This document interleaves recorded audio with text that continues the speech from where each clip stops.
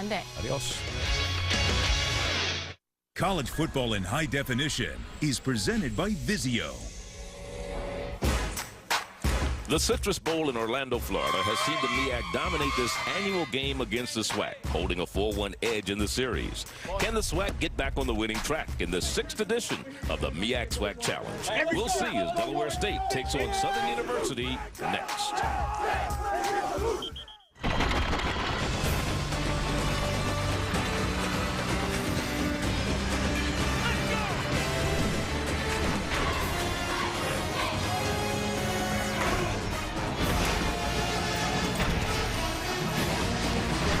We're at the Citrus Bowl in Orlando, Florida for the 6th edition of the MEAC SWAC Challenge as the Hornets of Delaware State take on the Jaguars of Southern University. And we welcome you to the MEAC SWAC Challenge presented by Disney. Hello, everyone. Charlie Neal, along with my partner, Jay Walker, the former Howard University and NFL quarterback. Welcome to Orlando. And, Jay, you're talking about the 6th edition of the MEAC SWAC Challenge. This is for more than bragging rights, isn't it? Oh, it's for conference supremacy. When this challenge was created, everybody just assumed that the speed and athleticism of the SWAC conference would just run rampant over the MEAC. That hasn't been the case. The MEAC, with its power game, has jumped up to a commanding 4-1 advantage. Today's contest is interesting because it's a reversal. You've got the MEAC bringing in a spread offense team with Delaware State going against the Southern University offense, which is now a power game. And when you're talking about that power game of Southern University, one of the things that changed this year was a coach. Well, Pete Richardson was there for 17 years, and for the first time in 17 years, someone other than Pete Richardson is going to lead them on the field. Stump Mitchell takes over as the coach. But we're also going to keep an eye on two players very, very important in this contest. And we start with the quarterback from Southern University, Jeremiah McGinty. Yeah, so not only do you have a new coach on the sideline, but you've got a new quarterback in Jeremiah McGinty making his first career start. Bryant Lee, the former Southern University quarterback, started 26 consecutive games. And for Delaware State, they've got to find ways to get the football to Lerone Moore. He's the fastest guy in the whole MEAC conference. He's a playmaker, a home run hitter, if you want to say so, but they've got to find ways to get him the ball to expose the Southern University secondary. That's going to be a good one here. Southern University won the toss, and they will defer. They're in the white jerseys. They're the visiting team in today's contest. Southern University. Delaware State is the home team.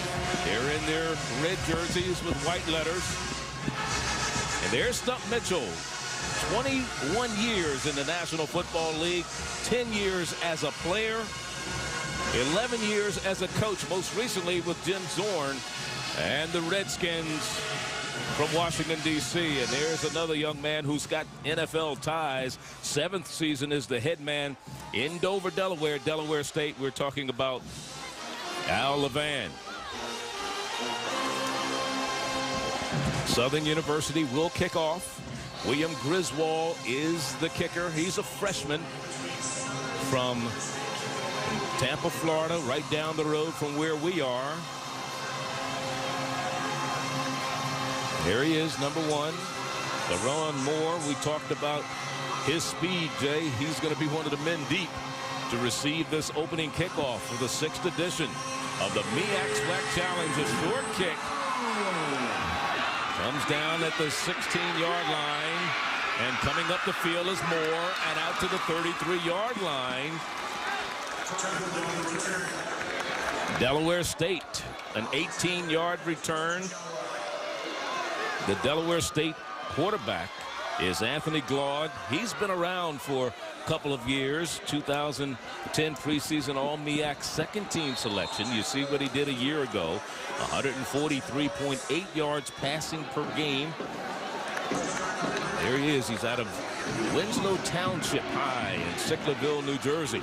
First down and 10. He's working out of the shotgun. Jones is the back behind him, and he gives it to Jones. And Jones is up to about the 36-yard line, a three-yard gain. Here's our Delaware State offense, backs and receivers. You just saw Jones carry the ball. He was the number 5 rusher in the MEAC a year ago. As far as the offensive line is concerned for the Hornets of Delaware State, you've got only one returning starter in guard Darrell Hicks, who is a junior college transfer. It is 2nd down and 7.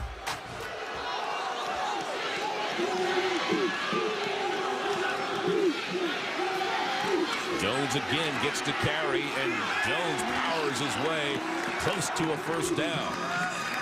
Looks like he may have it. They are giving him the first down. Let's look at the defense of the Jaguars.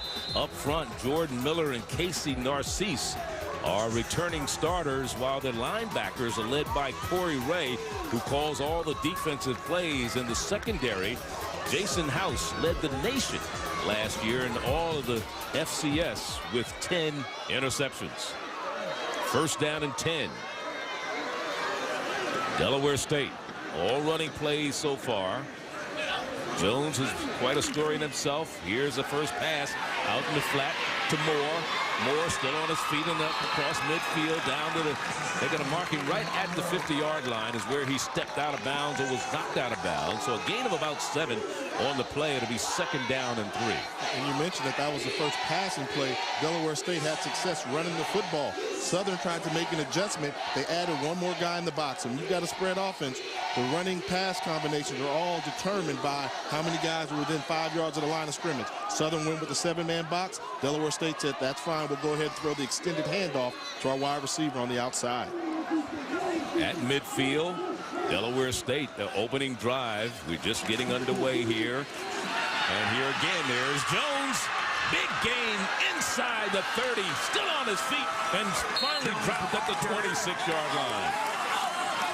Deshaun Jones, last year, number 4 on the depth chart, Jay, and worked his way into the starting lineup. Yeah, you know, you talk about it. All you do is just take a look. Look at that. You see 6 bodies in there. That's when they decide to run the football. And as you go ahead and you see the run progress, when you've only got 6 people there, you're running at a man-up, man-zone combination. You see that Jones was able to exploit that. So all they're doing right now is just counting the white jerseys by the line of scrimmage, and that's telling them if they're going to run the football or throw the football. And now you see Southern getting closer. You see the guys there? Now they've got 7 guys close to the line of scrimmage. They'll probably go to a pass. Southern just about jumped off sides. Here's Glaude under pressure. Gets back to the line of scrimmage. Let's take a look at the U.S. Army impact players for Delaware State, brought to you by the U.S. Army. When we talk about Deshaun Jones, how about Carroll? Yeah, Deshaun Jones, we know what he can do, but Andre Carroll's a very active defensive tackle. You normally don't see those types of stats on guys that play interior defensive line, but look for Andre Carroll to have an impact on this game with his active motor. And we'll see him when they get the ball on the defensive side. But Deshaun Jones, 4th on the running back depth chart at the start of last season for Delaware State, but injuries propelled him into the starting lineup, and he averaged 4.2 yards a carry. Second down. Glaude, pass over the middle, has it complete to Dixon, and Dixon is down to the 16-yard line, a gain of 9 or 10, depending on how they spot it. They're saying he has a first down, so give him 10 yards on the reception. This is a great play call here. You know, what are you doing? You're trying to determine whether or not they're going to bring pressure or not. And so the good job by Doug Sams, the offensive coordinator. Look at the motion. The guy goes in motion. That's when you know it's man-to-man coverage. In all likelihood, middle linebacker coming on the blitz. You just have the wide receiver go across the formation, the place where the blitzing linebacker came from. That's perfectly executed blitz pickup. Delaware State has driven from its own territory all the way down into the red zone. On first down, quarterback under pressure, steps away, Glaude throws, man wide open, touchdown Delaware State in the end zone. Darius Jackson, touchdown. The H-back, the junior out of Quincy, Florida, a suburb of where we are, not too far from here, gets it into the end zone, 16 yards. Now this is the blitz. They're bringing everybody up the middle. And what happens when you make the blitz? You better bring the quarterback down. If not, you got man-to-man coverage. You can't expect the secondary to cover that long. Darius Jackson did a good job of slipping out of the backfield for the touchdown grab. Vilas is on to attempt the point after, and they're going to have to call a timeout because apparently they didn't have the right personnel up front. There's Darius Jackson, the junior, redshirt, who last year caught 41 passes for the Delaware State Hornets. He's into the end zone. It's 6-0. The extra point forthcoming. We'll take a timeout. DSU draws first blood in this 2010 season. College football in high definition is presented by Vizio. The 2010 MEAC SWAC Challenge is presented by Walt Disney World Resort. What will you celebrate? And in part by the U.S. Army. Army Strong. Mario Diaz-Avilas on to attempt his first collegiate point after. As you look at Darius Jackson, who put Delaware State on the board with the touchdown reception. This young man is about to attempt the extra point, just 17 years of age, will not turn 18 until October 15th. It was a 7-play, 60-yard drive, 3:52 off the clock for the Hornets of Delaware State. More importantly, Glaude, the quarterback, went 3 for 3 on the drive, and the running back, Jones, 3 carries for 34 yards. That's pretty good offensive output to start the game, isn't it, Joe? Very efficient, good decision making, but sometimes you got to ask yourself, would you rather be lucky or good as the extra point is up and the kick is good? What do I mean when I say rather be lucky than good? Well, they're going to bring the blitz, which you'll see here. And anytime you got a blitz, you got man-to-man coverage. You got to recognize it. They've got guys coming in here and here. This is going to be the gentleman that caught the touchdown there, but this is where the weakness of the zone is. There's nobody back deep. They're bringing pressure. So what do? You got to get to the quarterback and hit him. Once he's not there, they make an adjustment. You missed the tackle. Hey, middle of the field is still wide open. Darius Jackson did a good job of getting to the weakness of the defense. Easy throw and catch, but the athleticism by Anthony Glaude created that touchdown, and that's why defensive coordinators are a little leery when it comes to always blitzing the quarterback. It's great if you can bring him down, but if you don't make that tackle or get the sack, they get outside the pocket. You just can't ask your defenders to cover for that long. I think people are a little surprised at the way Delaware State came out the box, aren't you? I mean, I think that was one, but they were playing the chess match. I mean, that's the key. It was a chess match. They were just doing basic number counts on offense. If you got 7 guys in the box, we're going to throw it. If you've got 6, then we're going to run it. And they took advantage of that. And it was a good job schematically by the offensive coordinator, Doug Sams, of good coaching. And that's what you can do when you've got a senior quarterback. I mean, that's why I really like teams with senior leadership quarterbacks that have played, because they're going to put you in the right position at the line of scrimmage to have a successful offensive play. So Avilas, who just converted his first collegiate extra point, will kick it off. His first college kickoff. It'll come down to Cushenberry at about the 13-yard line. Trying to get to the outside, and he'll be dropped shy of the 30 at about the 27-yard line. So now we'll look at the quarterback for the Jaguars of Southern, making his first career start. He'd been the backup to Bryant Lee. Bryant Lee had played 3 straight years as a starter for Southern. And we'll see how this young man, Jeremiah McGinty, who only played 3 games and threw 5 passes last year, completing 3, how he does. First time in 26 games, a new quarterback running the offense for Southern University. Wants to pass on first down. Curry Allen has the reception, and he dropped the ball, but they're going to call it a completion and a fumble that he recovered. But he's very close to a first down, about 9 yards on the reception for Curry Allen. Then Curry Allen better be careful. I know yesterday in the warm-ups he dropped the pass wearing those gloves. Stump Mitchell's not a big fan of those, and they're trying to do like a crossover, almost a basketball move on the football field. You can't do that, son. You got to protect that rock. Second down. Up back is Gary Holloman. I should say the second back in the eye is Gary Holloman, and Holloman has the ball. The up back is the fullback, Lee Mitchell. This first down is gained. Let's look at the Southern University backs and receivers. Curry Allen, the big shoes to fill, replacing the SWAC's leading receiver from a year ago, Jamar Stewart, who had 80 catches. The offensive line, Chris Brown and Ray Chinyong, the preseason all-conference selections. Good group up front. Very agile. They've made the adjustment from that spread offense that Southern ran for so many years under Pete Richardson to getting in the 3-point stands and driving off the ball. This time again is Holloman. He turns the corner and gains about 5 yards. make it 6. Sutton on the stop defensively from his linebacker spot. Let's look at that Delaware State defense. Andre Carroll is a 5th-year senior that started every game last year for the Hornets. The linebacking core, Kevin Green, 2nd year on the Hornets squad after transferring from Purdue, while in the secondary, Francis Ajay has the most experience of all the DBs. McGinty throws incomplete off the hands of the intended receiver, the tight end Peterson, to Sean Peterson, the intended receiver. He is a freshman out of Folkestone, Tennessee. And that's one where the freshman has to make this catch right here. I mean, you got a big target right there over the middle.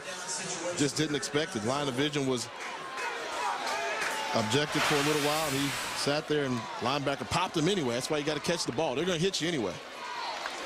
3rd down and 4. Holloman in the backfield, stacked up, will not get there to bring up 4th down. Back to the line of scrimmage, and that's all he was going to get. Kevin Green, the young man we talked about, the transferred out of Purdue, along with big number 99, Andre Carroll, there defensively for the Delaware State Hornets. So to bring up a punting situation for them. Josh Duran, a senior who was a preseason 2nd team all-conference selection, number 2 punter in the SWAC a year ago, 14th in the nation. And it'll be Darius Jackson, the man who has the touchdown for Del State, back to receive this punt. This will be over his head. Let's see if he's going to field it. He does. Mistake. Yeah, he should have let that one go. He fielded it at the 1, got back out to the 6. A 47-yard punt, 4-yard return, and they'll mark it at the 7-yard line. Delaware State gets the ball for the 2nd time, leading 7-0, but it'll be deep in their own territory. They lead across frozen rivers, from island to island, to build hope and carry on the ideals of a nation. Officers in the U.S. Army can rise to any challenge. They bring out the best in others and themselves. Can you? Start leading at GoArmy.com/officer. There's strong, and then there's Army strong. The son of Walter Payton presented the Walter Payton Achievement Award to a player from each school. Kevin Green got the award. There he is there from Delaware State. And here it's a 7-0 ball game. The man who won it for Southern University was Gary Holloman, the running back. As you look at Al Levan, in his 7th year as the head man in Dover. Was the head coach at Eastern Michigan back in 2003 for, you know, it's hot. 4 games. Yeah. You know it's hot when your head coach is over there getting water during the timeout. It is scorching down on that and field. It's even about 20 degrees hotter down on the field because that's a new rug they have down there as Jones goes straight ahead again and across the 10 to the 11. Let's look back at the all-time results of the MEAC SWAC Challenge. The first one was South Carolina State beating Alabama State. Those first 3 were played down in Birmingham, Alabama. Then Hampton beat Grambling. The only time the SWAC has won was 07. The last year they were in Birmingham when Southern beat Florida A&M. They moved here to Orlando in 2008 where Hampton knocked off Jackson State. Last year it was South Carolina State beating Grambling, and this year Delaware State right now trying to maintain that MEAC supremacy with a 7-0 lead over Southern University right now. There was an offsides on Southern University, and now they're going to nullify the play and make it 1st and 5. They take the penalty, and right now the handoff again to Jones, and Jones gains maybe a yard, and that's about it. I mean, you talk about run stuff and defense. Southern University is coming out adamant against stopping the run. They had 9 people by the line of scrimmage. And when you've got that situation there, that's when you're the quarterback. It's 1st down, 1st and 5. You got to step back, check off, and take a deep shot, because if they have success doing it once, they're going to keep doing it more and more. I mean, just look at this right now. I mean, look how close they are to that line of scrimmage right there. You can count the bodies that are within 7 yards from the line of scrimmage. There's nobody deep. Claude back to pass. Looks, has a man open. Again, Jackson across midfield, and is still on his feet and finally out of bounds down into Southern University territory.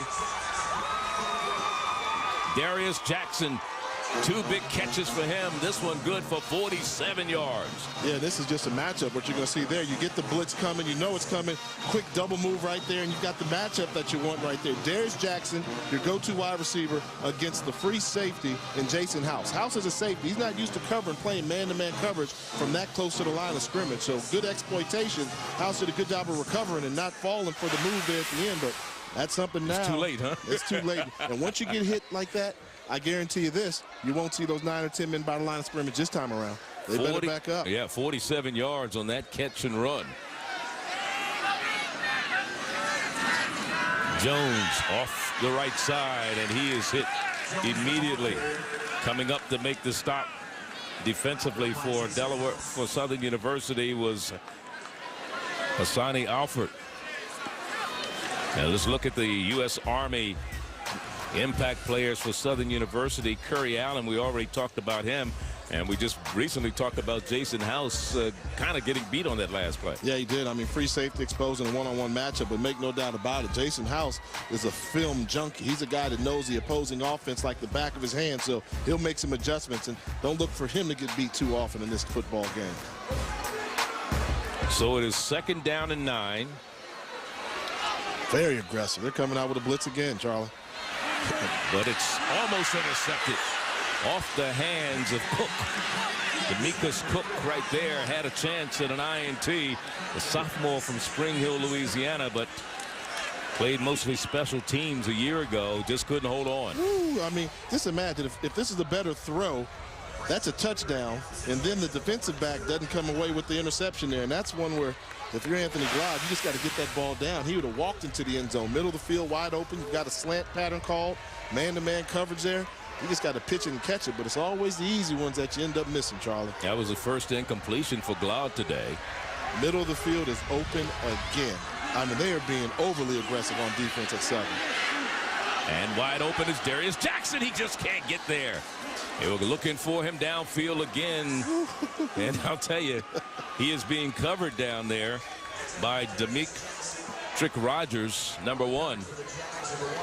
Stephen Williams was the man who put pressure on the quarterback, number 97. But there you look at Demetric Rogers, who changed his number. There's 2 number 1s on this Southern University team, a kicker, Griswold, and Rogers, and this is the first time they've allowed that ever in the school's history. Kano, a young man from Germany, is back to punt it away. 6'6", freshman, 21 years of age.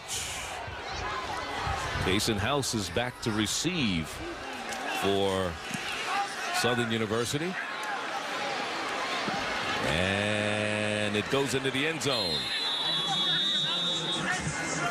Touchback. It'll be brought out to the 20 after a 39-yard punt. When we come back here to Orlando, we'll be joined by a very special guest, Michael Baisden. You may want to stay tuned for that. Be back. Well, you're watching the MEAC SWAC Challenge, and it's Delaware State with a 7-0 lead over Southern University here in the first quarter. And we're joined here in the booth by the bad boy himself, Michael Baisden, who just had a big weekend of family and friends here in Orlando, Florida. Welcome, first of all. It's great to be here. First, I'm not dressed appropriately. I just came back from taking the kids fishing. You're dressed for radio. I'm dressed for radio, exactly.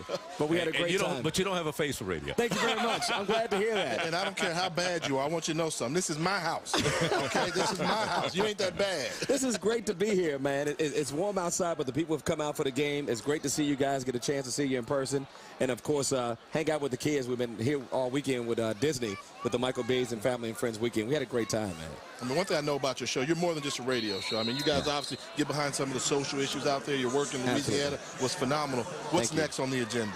We had a 70-city tour that we did for mentoring, which I'm all about mentoring.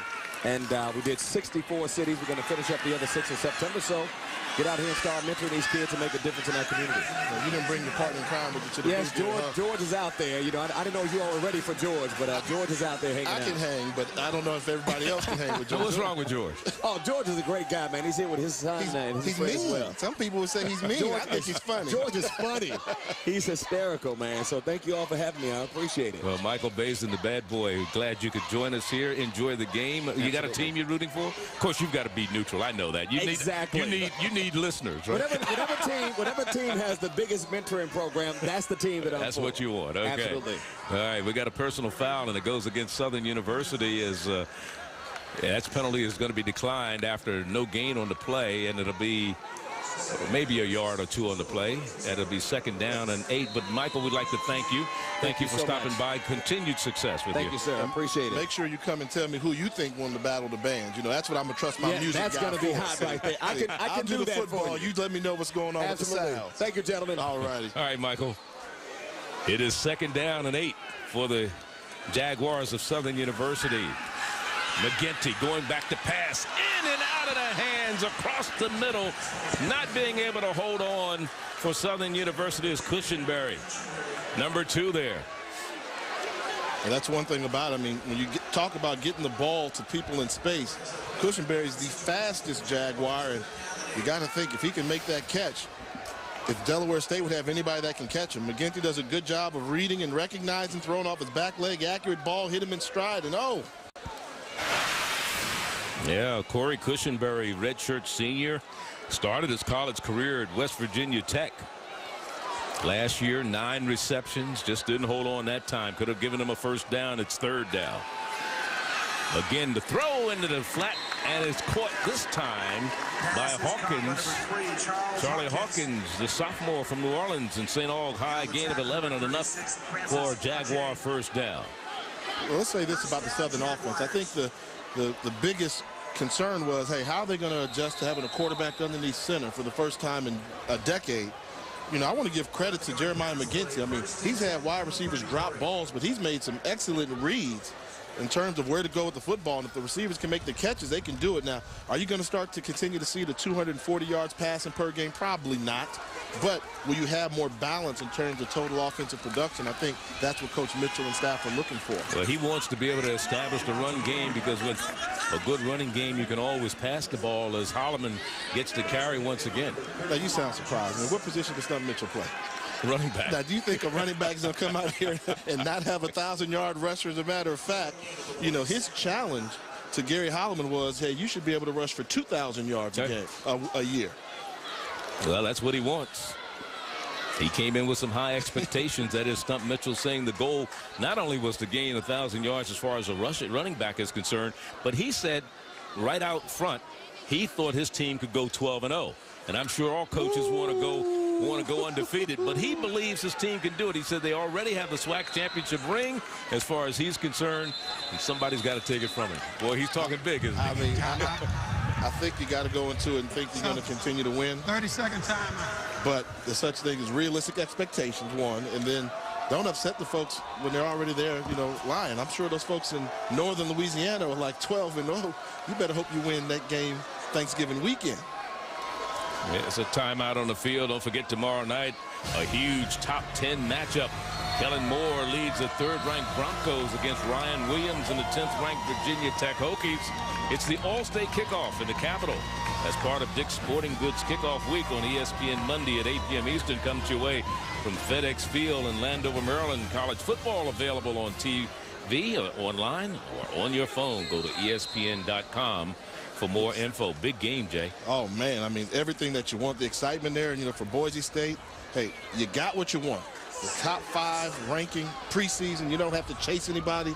Your own destiny's in your own hands. And going on the road, call that a road trip, going 2,000 miles away. And that's why you got to respect programs like Boise State. You know, they've had the ability to say, we think we figured out a recipe for crashing the BCS on an annual basis. Now the rest of the country is chasing after them. Yeah. Who do you like in that game, though?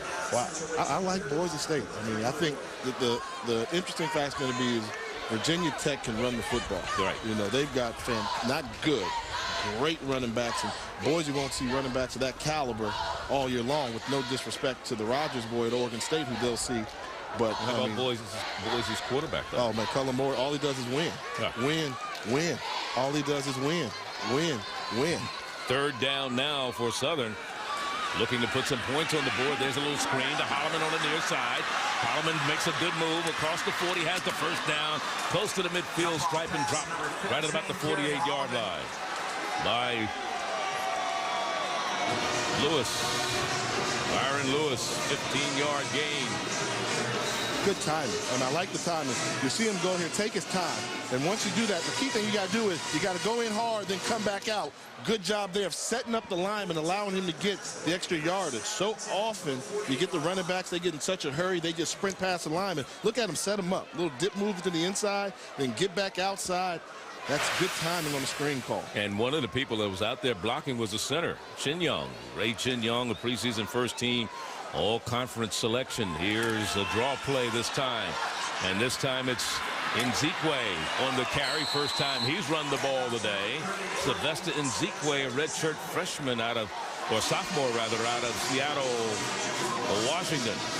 Now let's look at your lesson plan, Professor Jay. See what you have on store for today. For Southern University, you got to believe in the system. You got a new offense. Believe in it. Stick with it. Team defense. You're only as good as your weakest link. They must play together. For Delaware State offensively, in order for them to win, they must win the time of possession. The coaches have said that. We can't keep our defense on the field. And this defense, which only has 2 returning starters coming back, they got to mature quickly. What do I mean by that? Don't make silly mistakes. Wrap up, tackle, the basics of defense. Lone setback. Here's Nzikwe again. Makes a good move in the secondary. And Nzikwe is down to the 25-yard line. A gain of 16, and it's a 1st and 10 for the Southern Jaguars before Matt Scott can come up to make the stop. Well, we talked about maturing quickly. You know, arm tackling is a sign of immaturity. When you try and tackle running backs that are running downhill with arm tackles, then that's not maturing. You got to wrap up and tackle and bring those guys down. And we'll take a look here. You'll see him just sliding to the ball. You can't just get an arm tackle on a guy there. Put a shoulder in front of him. 1st and 10. Nzikwe again, and he's got 5 more yards. Make it 6 down inside the 20 to the 19. And Andre Carroll was there to make the stop defensively. There you look, Nzikwe, he's carried the last 3 times. He was redshirted last year. Look at number 76 here, Charles. Take a look right here. Watch him get to the 2nd level. This is what you want your guy to do. Perfect. Body there, then go up and get to the linebacker on the 2nd level. That's textbook. I'm going to give you a shout out.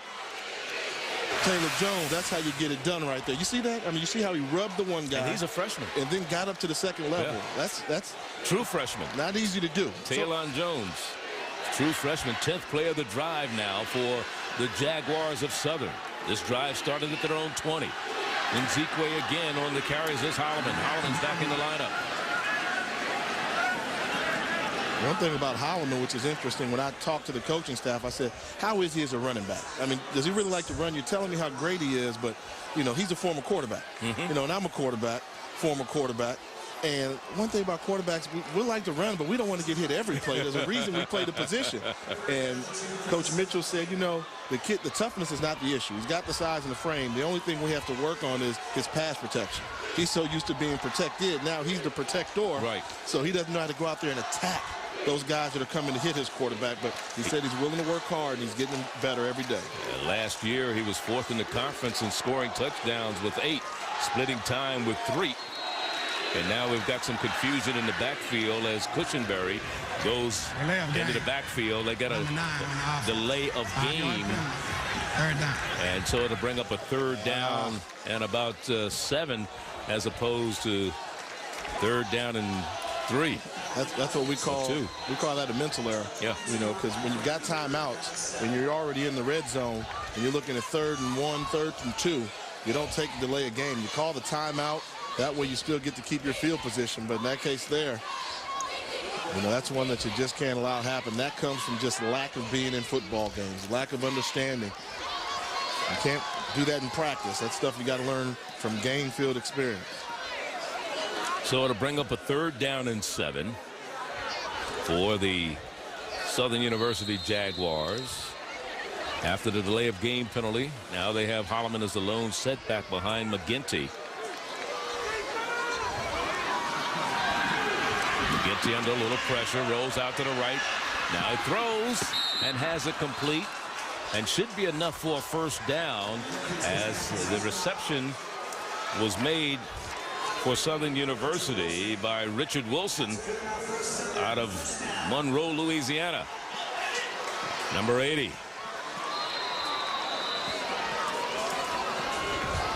Good job by McGinty on that one there. Wilson originally fell down at the line of scrimmage.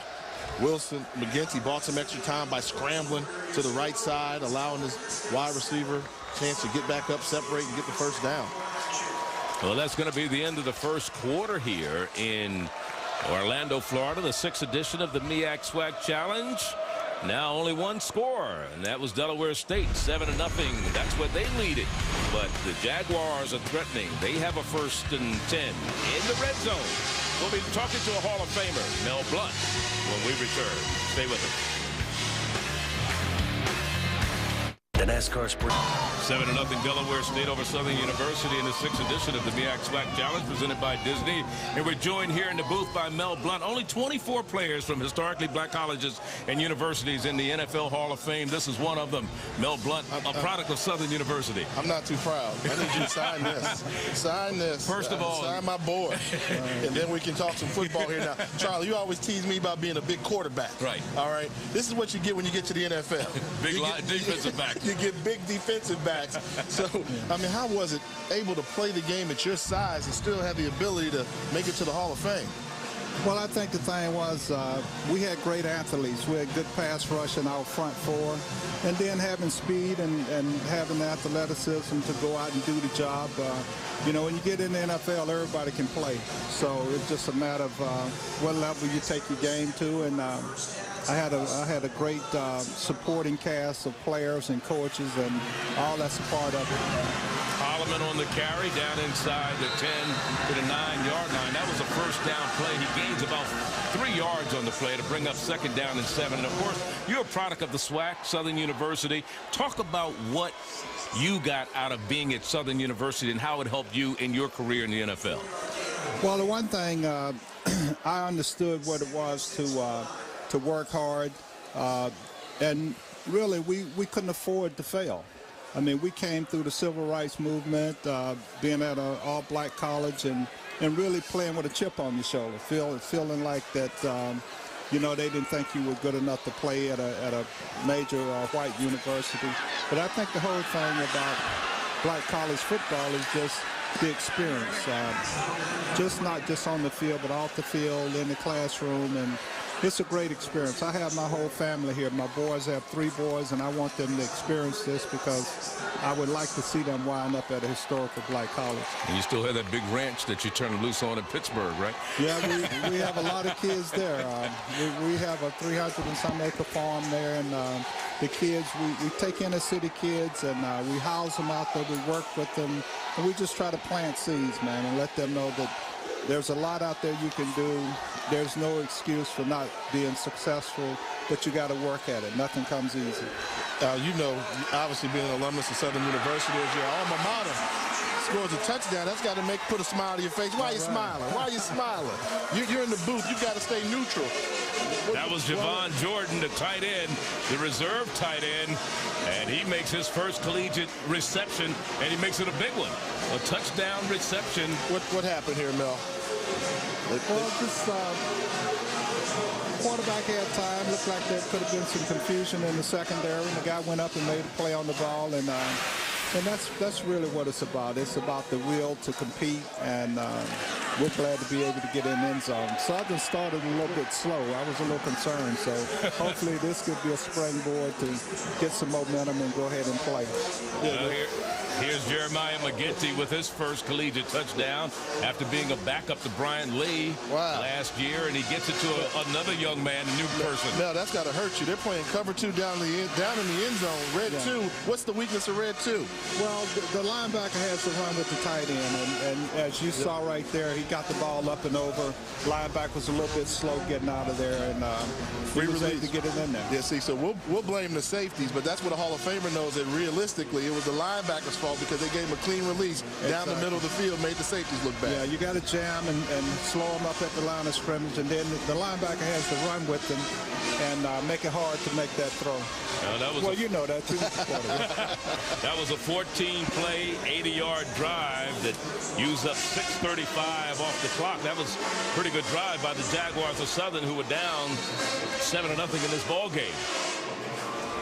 Now, what do you think about the fact that, you got a new coach on the sideline? Pete Richardson was there for decades almost, and now you got Snub Mitchell coming in there. What do you like the direction that the Southern program's going in? Well, this is my first time actually seeing the team, and I really don't know a lot about what's going on, but the one thing he has to do is come in and put his stamp on this team, and then he can go take it however he want to take it, but he has to put his stamp on the team. The players have to know what he wants and be able to go out and deliver.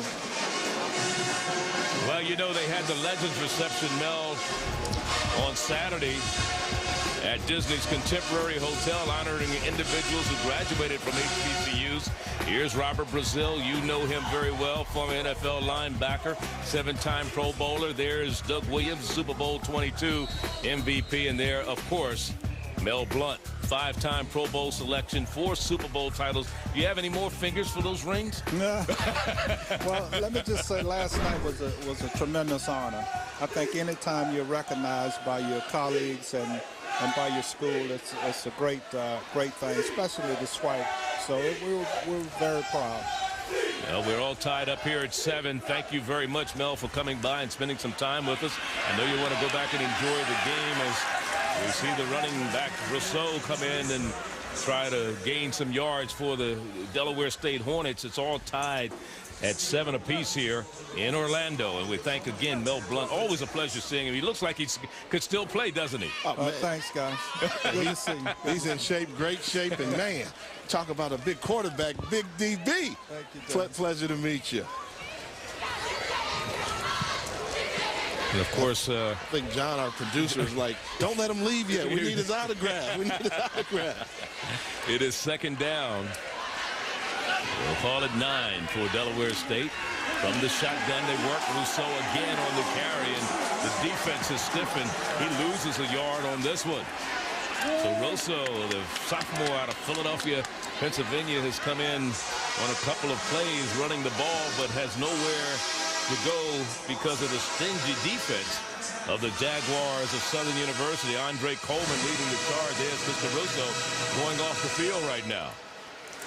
This is one of those critical times in the football game right now. The Jaguar offense caught fire, scored quickly. Now the defense trying to come in and get that 3 and out to hurry up and get that offense back on the field. So Delaware State really needs to convert this. Here's a little look screen at this. pass. Watch Look out. at this. We may be going to the house. LaRon Moore, you will not catch him. The track and field star, 85 yards, touchdown, Delaware State. Hornets. 85-yard pass.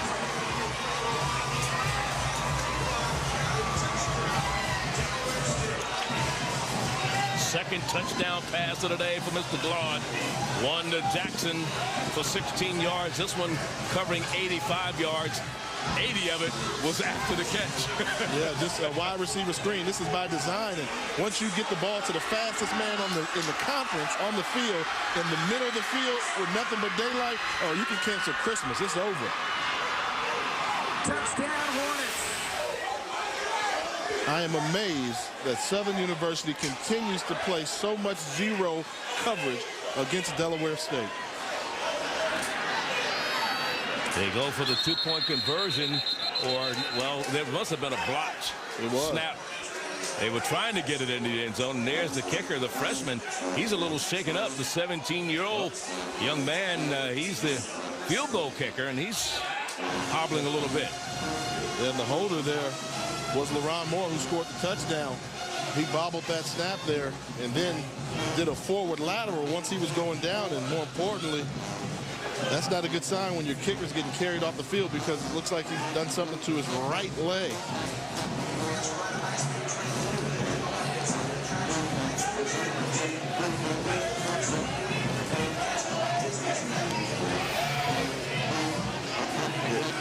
Snap was down on the ground, and Moore just trying to make a play. And you see the forward lateral plays dead right there, but oh, he gets tackled, and they twist that left knee around there, and you can tell he grabs it right away. So we'll take a timeout. Like you said, they're carrying the freshman kicker off the field. That's Diaz-Aviles. But meanwhile, 13-7, our score. Great meeting, guys. Thank you. And Jay, you're going to love that. That's a little safer than the roller coaster. Much safer. You can say that one there. You know, I can ride on that one with my kids, so that works for me. Well, Elko, the backup quarterback, is the backup kicker for Delaware State. And he has the ball on the tee since Aviles was carried off. You're watching the MEAC SWAC Challenge right here on ESPN, presented by Disney. Cushenberry, one of the deep men for Southern University, along with James McKinley. Here you're looking at Vilas. That's the young man we talked about earlier. Had his first collegiate extra point earlier this year. Freshman, 17 years old, replacing Riley Flickinger, who had been here for a number of years. This one skips along the ground. And it's Cushenberry across the 30 to the 36, 37-yard line. Let's look at that long touchdown once again, Jay. Great team offense. First, I want you to take a look inside here. You're going to see number 73, Daryl Hicks, as well as this is going to be the guy that's going to score the touchdown. That's Lerone Moore. But take a look right here as well. Darius Jackson's going to do a good job. And what you'll see here is you're going to see Moore actually do a jab up here, come back this way, and then just split up the seam. But great team. Great team.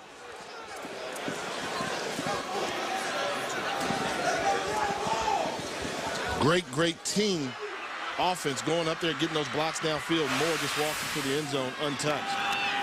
Here's Nzikwe. He's struggled. He loses yards on that play as he is hit up front by Bensah. Big number 93, the sophomore out of Woodbridge, Virginia, and Potomac High.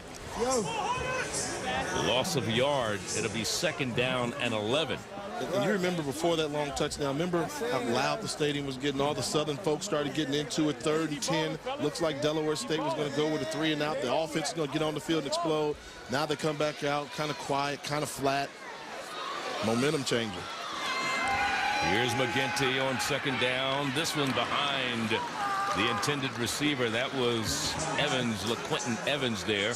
Number 82, the junior out of Mansfield, Louisiana, who was number 4 receiver on a very potent offensive team a year ago. And again, they've gone from that West Coast type offense to more of a pro style set. You talk to Ted White, who's the quarterbacks coach, and you ask him about each one of these quarterbacks, because at the beginning of camp there was no clear-cut favorite of who was going to be starting at quarterback for Southern University. Of course, McGinty was basically the incumbent for all practical purposes, but then you had a couple freshmen in Dre Joseph and Wynton Perot. Here's McGinty under pressure, hit from behind, and the ball is batted down. It is incomplete. 3rd down. Bensah was the man who got his hands up there to back the pass down. Big number 58 was the man putting pressure on. That's Quentin Forts out of Reston, Virginia, number 58. McGinty, 5 of 11, 48 yards in the game so far. He does have a touchdown, but good defensive stand that time by the Hornets. Yep. You know, and he's got those drops haven't helped him out. His wide receivers haven't helped him too much in this football contest. And then when you get your offensive line allowing folks to come around that corner on you there as they did. Duran with the punt. Fair catch by Darius Jackson right at the 22-yard line. And that's where Delaware State will get the ball. 1st down and 10. We'll be back 13-7. Hornets on top. They lead. And it's something that these young people need. I mean, that's why this has been his first class. You know, I tell youngsters all over the country, hey, you only see 2 people on camera, but there's 30 of us that come to town. So, you know, you don't always have to be the front guy, because I want to keep my job. But there's other jobs that you can have. The ones that are off the camera got it the easiest. They're in air-conditioned trucks all the time. Glaude throws, and it's a little bit too high for the intended receiver, Wilson. Austin Wilson, number 7 over there. The sophomore out of Windsor, Connecticut. And as I say that, I've been told to don't go to the truck when the game is over because I got folks waiting to beat me up. As you look at Al Levan on the sideline, you know, it's 90 degrees here in Orlando. This is a new carpet that they put down. This is the first game, I believe, that's ever been played on this turf here. And with that carpet and all the rubber in there, it's probably 20 degrees hotter down on that field. So it's probably 100, 105 down on the turf. At 11 o'clock, they said it was 115 degrees on the field. Okay. With 95 degrees, but 115 on the field. And right now, I know they're scorching. Darius Jackson, good move. Still on his feet, but gets a first down right at about the 32-yard line. And it'll be a first down for the Hornets of Delaware State after an 11-yard game, but he put a good move on the defender on the sideline there. Let's see who it was. Well, that's what you do. You see one thing about Jackson, you know he's a playmaker. He can get things done. You know, the Florida guy here and making a cut there and almost took that to the house. You see all the rubber that comes bouncing up off of their turf is brand spanking new. But one thing that's kind of, with the spread offense, I think the key is, and I think I finally got the terminology right, horizontally passes to open up vertical seams. Okay. So you got to go sideways before you go vertical. No question. Rousseau, he gets the handoff, and he's across the 35 to about the 37-yard line. Gain of about 3 yards on the play, 2nd and 7. Stephen Williams, number 97, was there to stop him defensively, senior out of Mobile, Alabama. Pete Richardson spent 17 years in Baton Rouge on the campus of Southern University, gave them to 5 SWAC titles. And you know what, one of the things that people always complain about when you leave is, you know, I only had 6 assistant coaches. I'm Pete Richardson. Stump Mitchell comes and says, I can't make it with 6. You got to give me 8. You know, so the budget went up about $200,000 just for assistants. Here's a 2nd down pass. Glaude steps out of a tackle and only manages to get about 2 yards on the play. Don't forget ESPN's 2's coverage of Major League Baseball, and the hunt for October continues tonight. It's on Sunday Night Baseball. Buster Posey and the Giants take on a bitter National League West rival Los Angeles Dodgers. It's Sunday Night Baseball presented by Taco Bell, part of the hunt for October presented by Lee Jeans on ESPN2 and ESPN3.com at 8 Eastern. You know, we're talking about the San Diego Padres. One of those teams is battling the Giants for that top spot in the West. They've been struggling lately. That's good. I mean, I'm an L.A. boy, man. You know, my first sports hero in life was Fernando Valenzuela, so I'm a Dodger fan. And that's dropped in and out of the hands of Jackson. He should have had that one. That would have been a first down. That was a 3rd down play, and so that's going to bring up a 4th down punting situation for the Hornets of Delaware State. And for Delaware State, this will be only their 2nd punt of the afternoon as Kano, the young man from Germany, he spent some time in the Army, 18 months after graduating from high school in Germany, outside of Berlin.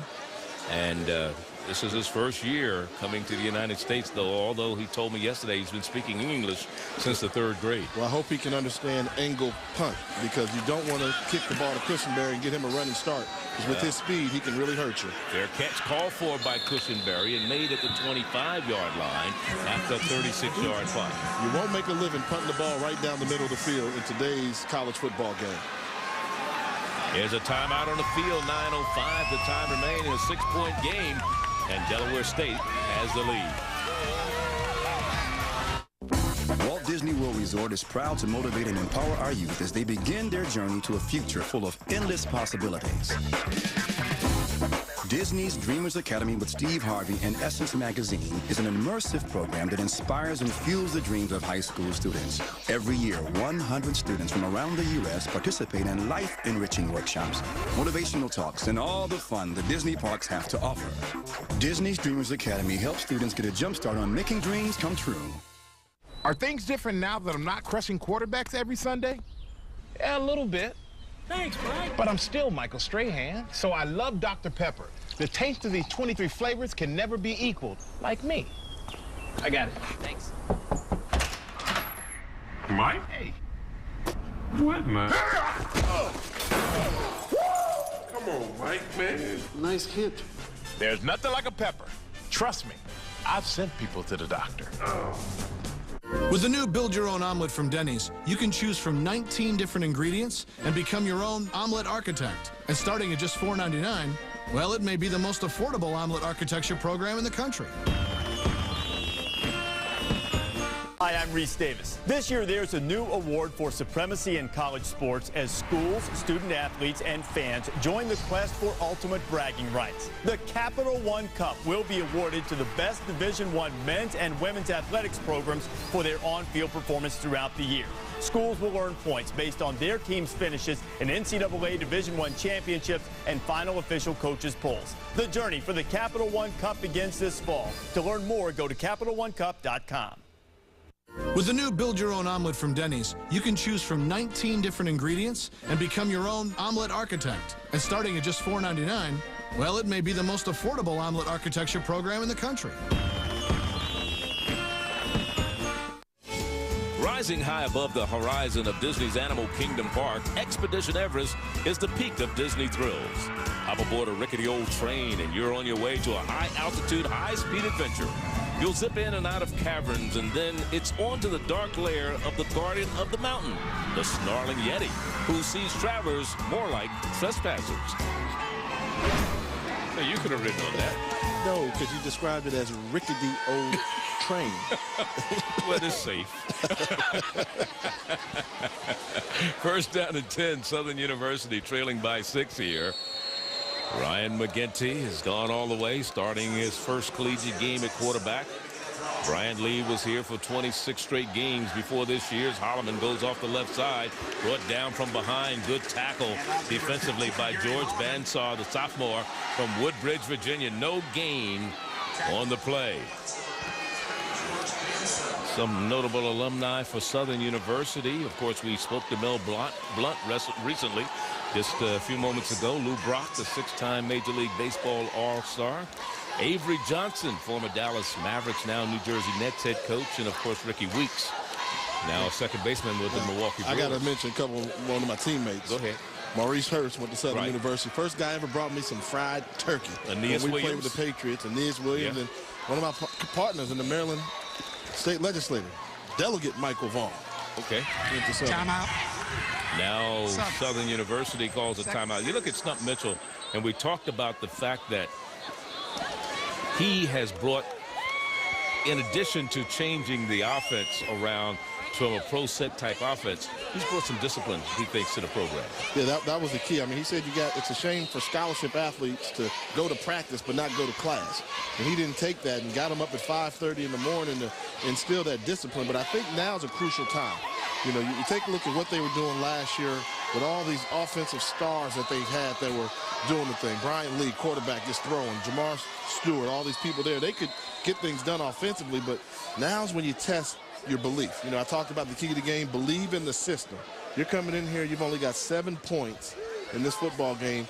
You know, kind of haven't had things go your way. If you believe in the system, now's the time will tell. And I think this is a crucial series for Southern University right now.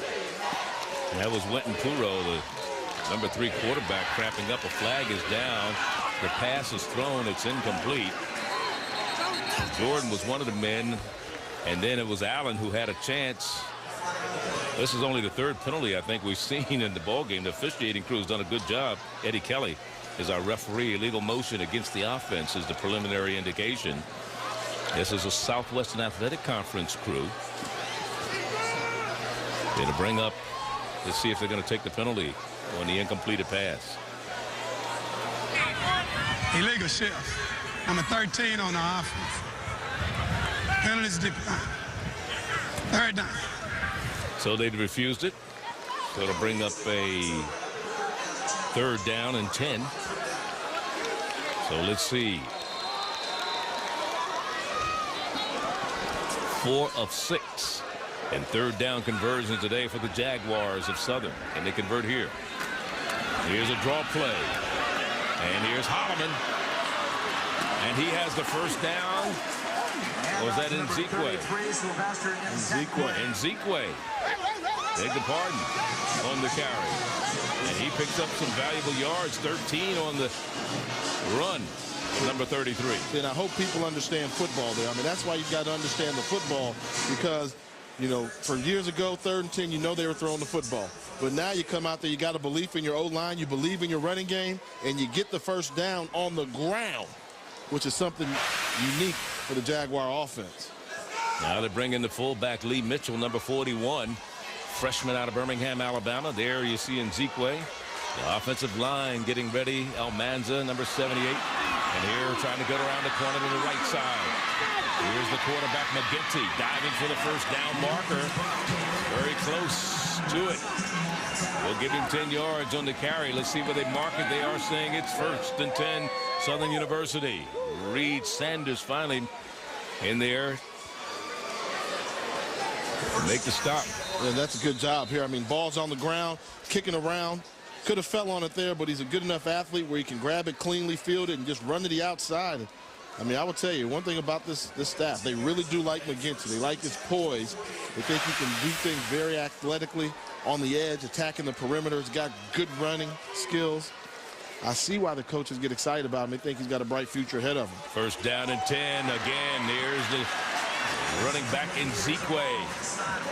And Nzikwe, another first down, make it 11 yards on that carry before Ferguson was there to make the stop defensively for Delaware State. Now Southern University trying to drive the ball down the field. This drive started at their own 25. They've advanced it across midfield to the 41 of Delaware State. Yeah, just a good old-fashioned lead. Follow the fullback, you'll find the football. And the fullback was in the hole looking for somebody to hit. He couldn't find anybody to put a helmet on. Lee Mitchell just cleared it out. Nzikwe again.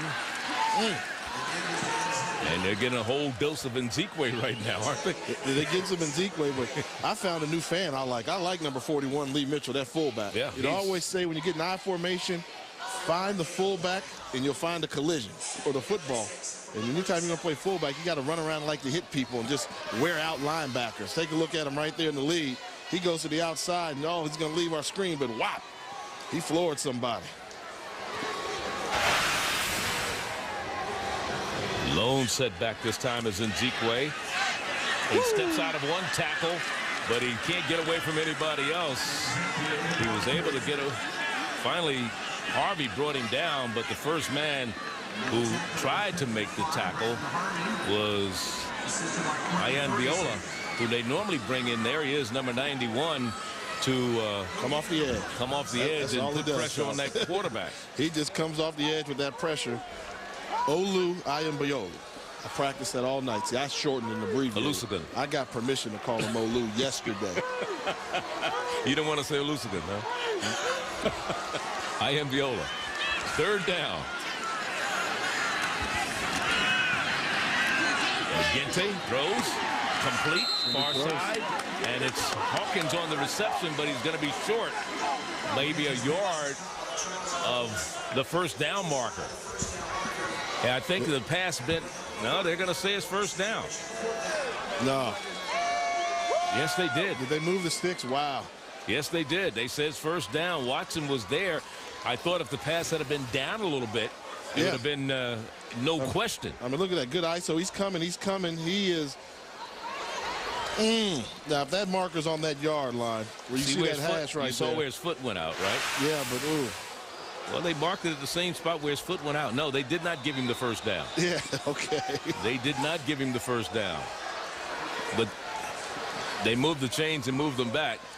And now they can measure if they choose to. Of course, Stump Mitchell, he's right over there where the chain markers are. He wants the 1st down. Now for timeout's being called. But it's going to be a 4th down situation for Southern University. Yeah, I mean, he clearly comes back and look where he lands. I mean, half a yard. Watch the left foot. It's not, the right foot's okay. Right foot's half a yard short. Left foot there. Watch where the left foot goes out when he steps out. That's where they have to mark it, where the left foot actually went out of bounds.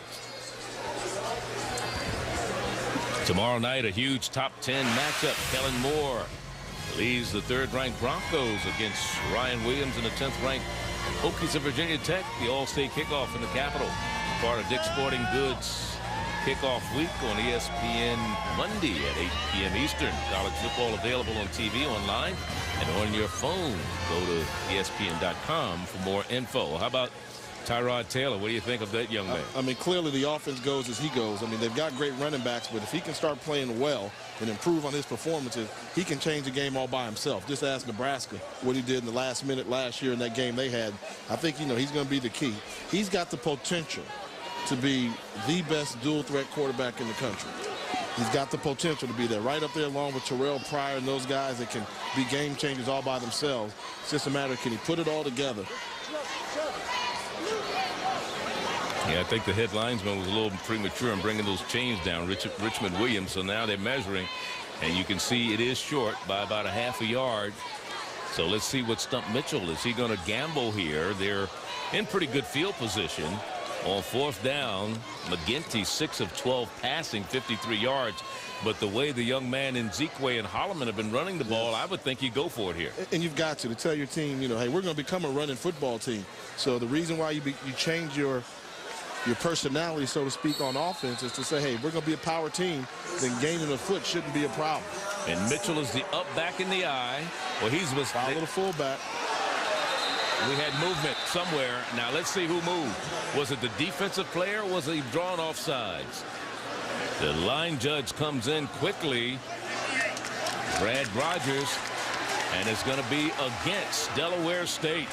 So that's automatic. Right to the snap. Outside. 54 on the defense.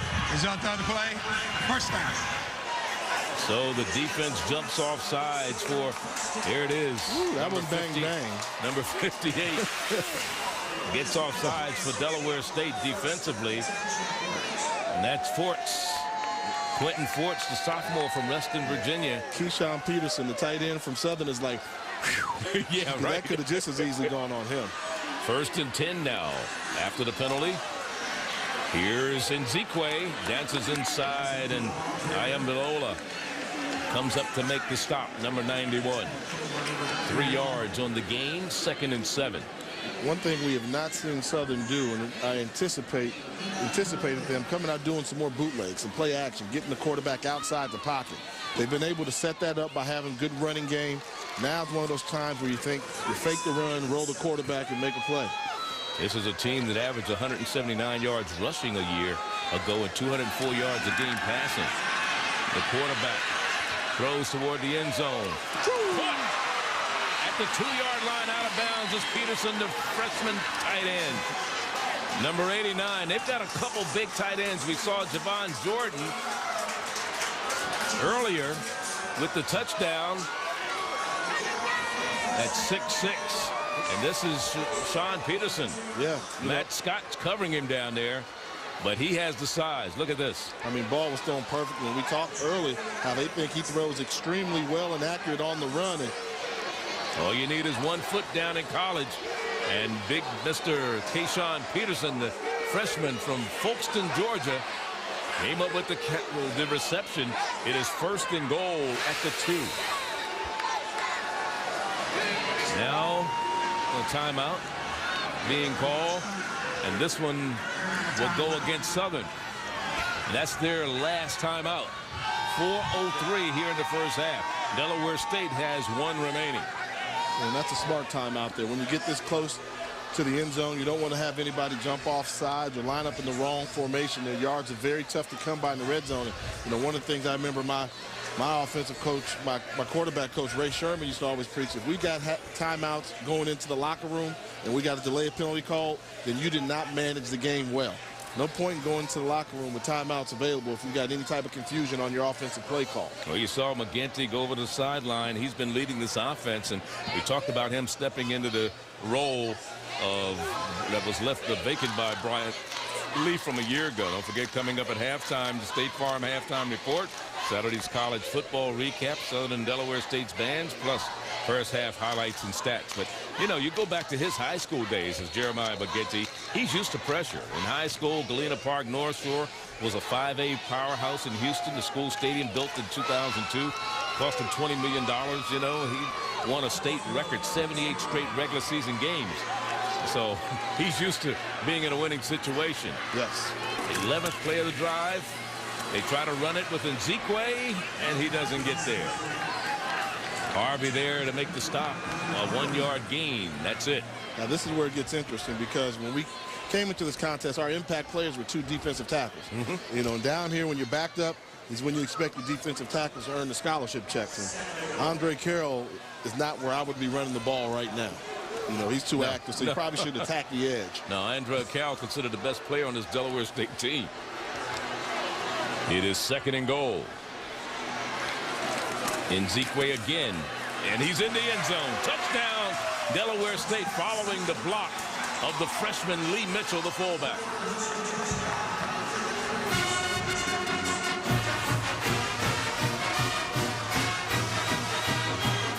Giving the Jaguar Nation plenty to celebrate. Is there a better fan base in the country in terms of black college football than the Jaguar Nation?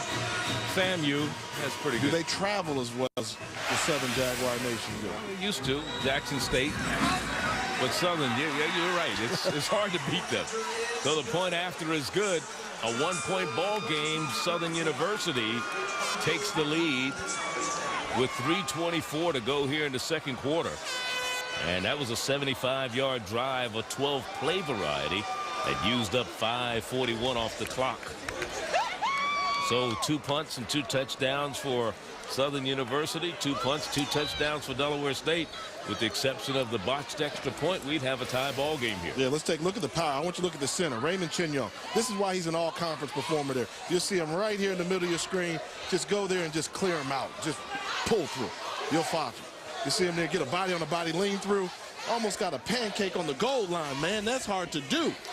They know you're running the football. And if you can come up with some pancakes with syrup down there in the goal line, you're getting it done.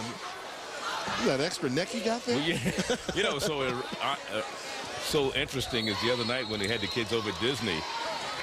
Chinyoung, along with a couple of other offensive linemen, Chris Brown out of Cleveland, and then Rodrell Stewart, who we haven't seen today because he's had an ankle. They were all afraid to get on the roller coaster. I convinced them. I said, look, if you guys, big linemen, don't get on the roller coaster, I'm going to talk bad about you. So I got them on the roller coaster. When I got them on there, they said, hey, we need to go again. They loved it.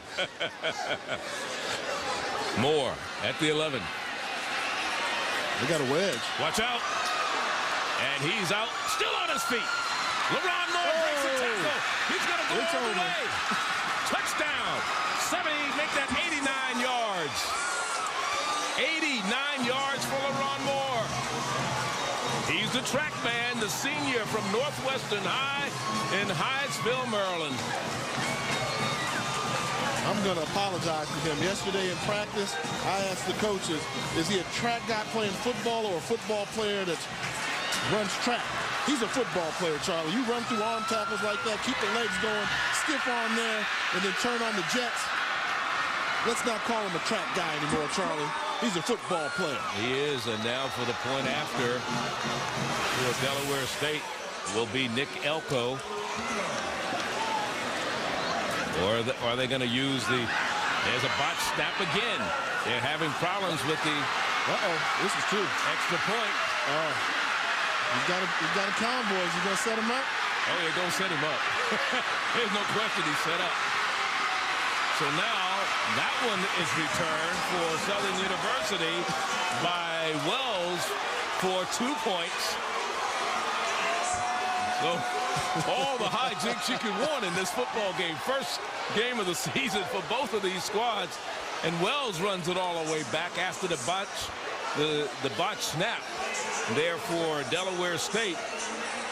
They had the young man from Germany coming on, Kano, to kick the extra point. Remember, Havilas went down with an ankle injury. His return is questionable. And here's Wells with the convoy bringing it all the way back down the field. Yeah, good job of setting them up. Had good patience there, too. Didn't outrun the blockers. You know, something's going on there for Delaware State, because on the previous field goal, PAT, they had Moore as the holder, and now they changed up who the holders. Well, let's look at LeRon Moore's kickoff return. You know, they're going to set up the wedge there. And, you know, what I really like about this one, he runs to daylight. He's exploding. Then the arm tackle comes in. No, the kickers aren't allowed to tackle good return guys. And look at the stiff arm. They give away the Walter Payton Award, right? You know, they give it to the best, you know, team guy with character. Well, that was a stiff arm that Walter Payton would be proud of. Think you can play a little bit of football? Just a little bit. And with that speed, you know, they say, and I do not question when you got guys that have conference championships in track, that he is a sub 4.3. So we've had everything here. We've had long touchdown passes. We've had extra points missed. We've had missed and botched extra points returned for touchdowns. Hurt kickers and kickers missing tackles and bad snaps, but bad holds. But they really set that. If you were the Delaware State defender on that return a minute ago, as Christenberry gets the ball in his hands, trying to get down the sideline and run out of bounds in front of his own bench. There's a penalty marker down. You know, you say, hey, go ahead and get the 2 points because I'm not going to get killed out here. Yeah. Here's the penalty marker down. Let's see what this is all about. Probably going to be a late hit to the back. So, block in the back. 43 on the receiving team. 10-yard penalty. First down. So LaRon Moore, an 85-yard reception for a touchdown, a 90-yard kickoff return for a touchdown. Not a bad day. Not a bad day at the office. He still has another half of football to play. Yeah, 3:04. I mean, remember those 2 touchdowns. Nzikwe's 1-yard run came with 3:24, and then 13 seconds later, but I'm going to tell you, Moore was in the end zone. And he had to stumble through some people. Just think if he could have ran it straight in. Yeah. He might have been able to do it in 9 seconds. Yeah, but the one damper is those 2 points are big. Yes, they are. Now you're talking about Delaware State only has a 3-point lead instead of that 5, which means, you know, if things get tight. Or 7. Or 7 if you would have counted it earlier. So, you know, this game is far from over. Good contest. And, you know, those coaches will be thinking about tightening up their special teams play in the second half. 3:04 to go before half. And this is out of bounds. Nowhere near complete to Nelson. Did you see Andre Carroll? Oh, he was there. I mean, he was all on him. He was there. Andre Carroll, as I said, he's considered possibly the best player on this Delaware State team. He had an outstanding junior year. In fact, he's the one they say that the defense this year can look up to. He was a second-team all-conference, and he worked extremely hard during the offseason to get ready for this year. Here's a draw play. Here's the run by Holloman. Holloman stumbles as he got close to the midfield stripe. We're in Orlando, Florida for the 6th edition of the MEAC SWAC Challenge presented by Disney. 2:50 remaining. Along with Jay Walker, I'm Charlie Neal. Glad you could join us for this one over this Labor Day weekend at the 49-yard line. After a 23-yard gain, a penalty marker's down, and it's caught. Coming back. They're going to say Allen was out of bounds. He was out of bounds like 50% of that route. He took about 10 steps on the outside. Ajay was the man defending downfield. Let's see what the penalty marker is about. Illegal formation, number 84 on the offense. 5-yard penalty. First down. Javon Jordan, the tight end. Now, if you're Southern University right now, you want to step on the gas. I mean, you look at the body English of Delaware State on defense, and all these guys have their hands on their hips. They're tired. They've been on the field for a little while now. You can tell they're sucking and wind, and the pass rush is almost non-existent. They are trying to get it going. So if you're Southern, now's the time where you want to increase the tempo. And one thing that Delaware State does not have on defense is depth. Very young. It is second down at the 49-yard line for Southern. Here's a draw again in Nzikwe, and he's tripped up before he could get up ahead of steam by Carroll. Andre Carroll, the man. That was just hard because Nzikwe was going to break that one for a big gain, but Carroll was able to fight off his block and lunge with the last effort. They're going with the quick hurry-up offense, third down. And McGinty under pressure, and he's going to be dropped before he could get up ahead of steam. And the man who came up to make the stop defensively for Delaware State was Matt Spicer, the strong safety out of Lanham, Maryland, Roosevelt High, reserve defensive back a year ago. So to bring up a 4th and 8 punting situations, you look at Stump Mitchell on the sideline.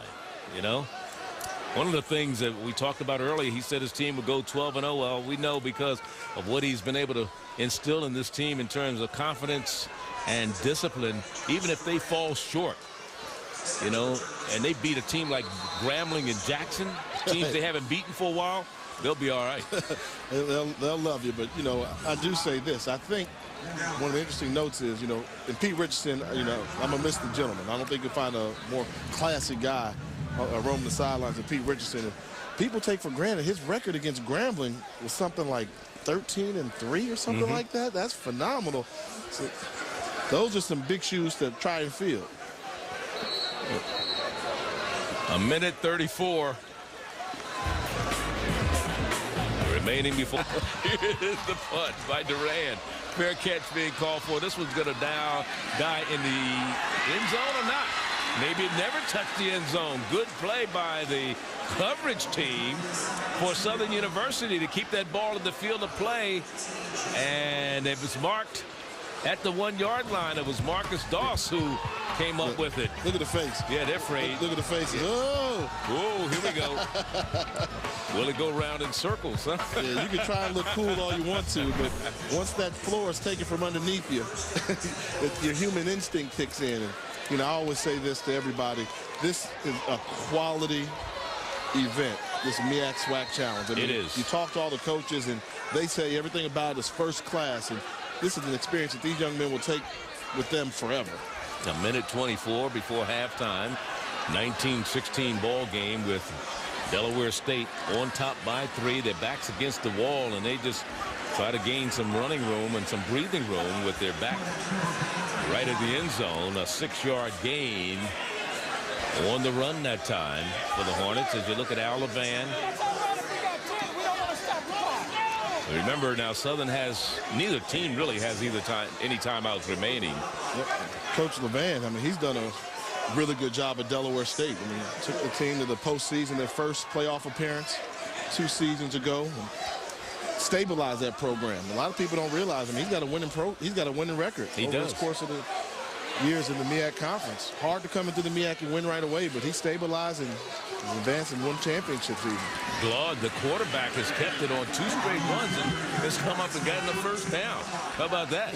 Just straight ahead power up front with those guys like Newell and Lee and Threadgill and Ponder and Hicks. He even lost his lid. And now the cramps are starting to take place. Oh, yeah, here's big number 61, Ponder, the center. He's struggling to get up. So is the quarterback, Glaude. He's backed up by Nick Elko. Well, the saving grace for Delaware State is you're 35 seconds before halftime. Yeah, so you have time to get them rehydrated at halftime. But the cramps are setting in, and it is, like I said, extremely hot down on that field. Yeah, and the last thing, you really want Glaude to be able to at least take the snap and take the knee. Because, you don't want your backup quarterback to come in there and bobble the snap and fumble this deep. Although they do rely on Elko, and they think he's a quality backup, started last year's first start. Imagine your first start of the year being against the University of Michigan at the Big House.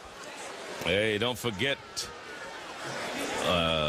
talking about hot on this field, how about hot on the track later on? The NASCAR Sprint Cup Series concludes tonight in Atlanta. Only 2 races remain for Jamie McMurray and Mark Martin to get off the bubble and into the chase. The NASCAR Sprint Cup Series in Atlanta, ESPN tonight at 7:30 p.m. Eastern. McMurray ranked 13th in the point standings right now, and Martin 14th.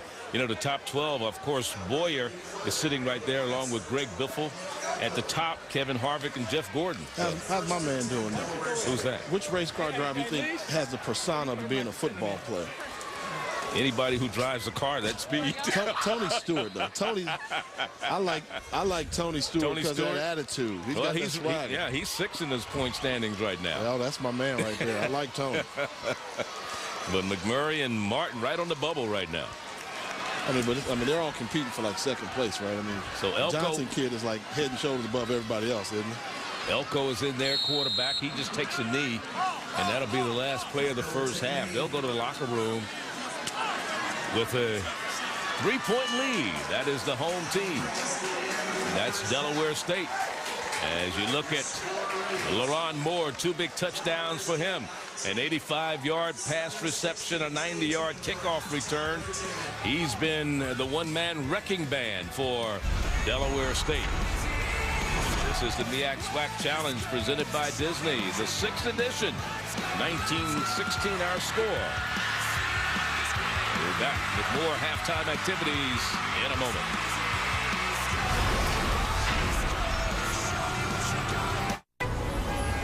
Great meeting, guys. And ESPN, as we have the MEAC SWAC Challenge presented by Disney. It's Delaware State with a 3-point lead over Southern University. And speaking of Southern University, a special treat here at halftime for the fans, the Human Jukebox marching band. Let's go down on the field and listen.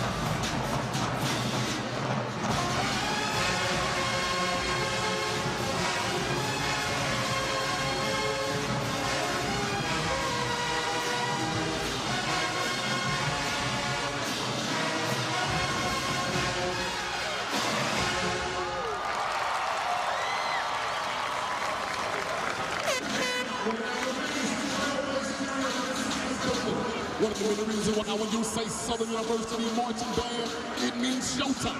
It's the S on the chest that lets you know that they're the best. The Southern University marching band is simply America's finest. So sit back, relax, for you're about to experience the most exciting time of your life. As the stimulator, the dazzling, the house rocker, the rock of all houses as the crowd people take you on a ride. The Human Jukebox will now get down to the sounds of You Ain't Got Nothing on Me and Can You? Mic check 1. Along those lines, Southern Band is here. Number 1, don't be shy. It's just be myself and I. Me, myself and I. Me, myself and I. They want to be the jukebox, want to be the best, but we number 1 with the S on the desk. Me, myself and I. Me, myself and I. It's like candy. Let me hear you. It takes over me. It's like candy.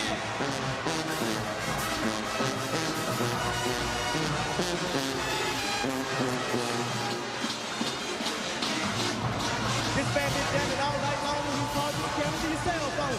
You can do box, look so clean. Somebody, anybody. As we continue with our State Farm halftime report, the Human Jukebox marching band from Southern University. Back with Delaware State's marching band in a moment. Let's go down on the field and check out the approaching storm, the Delaware State University marching Hornets.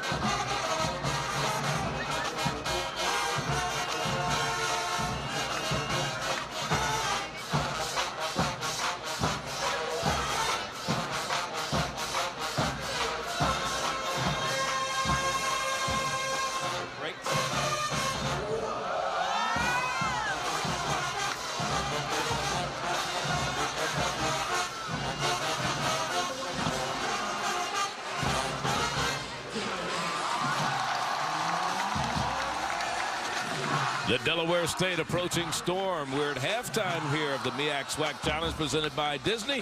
Second half action coming up when we reach.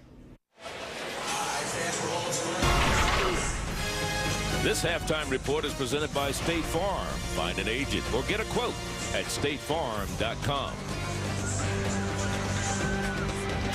Back here, I'm sure they enjoyed the tailgating out in the parking lot earlier today. Jay, you didn't get a chance to partake, did you? Anyway, here's a kickoff. Here's Cushenberry on the return. Southern University will get this ball to start the second half. They won the toss at the beginning of the game, and they deferred, so they start the second half with the ball. And let's take a look at the McDonald's first half remix. Starts right here. The remix. Yeah. Wind that back. I like that. You see right away Southern University came out. Jeremiah McGinty found his rhythm early. And then it was basically the big play show. LeRon Moore getting it done, showing you why he's the fastest man in the MEAC conference. And he's the fastest man on the field today, taking the middle screen there. But the Jaguars, they had some fight behind the big center. Raymond Chinyong pounding it in there. And then the kick return with the speed by Moore. It was a LeRon Moore show in the first half, and that's why the Hornets have the three-point advantage. So now we got Holloman on the carry for Southern University. Now, as a new quarterback in the Southern University lineup right now, Dre Joseph is, as we look at the first half stats for the two teams, Southern University with the rushing edge, but Delaware State with the total edge. Passing yards favor Delaware State. And a new quarterback, as I said, Dre Joseph, a freshman, getting his first snap as Holloman tries to get around the corner. Gets maybe a couple of yards, make it 3.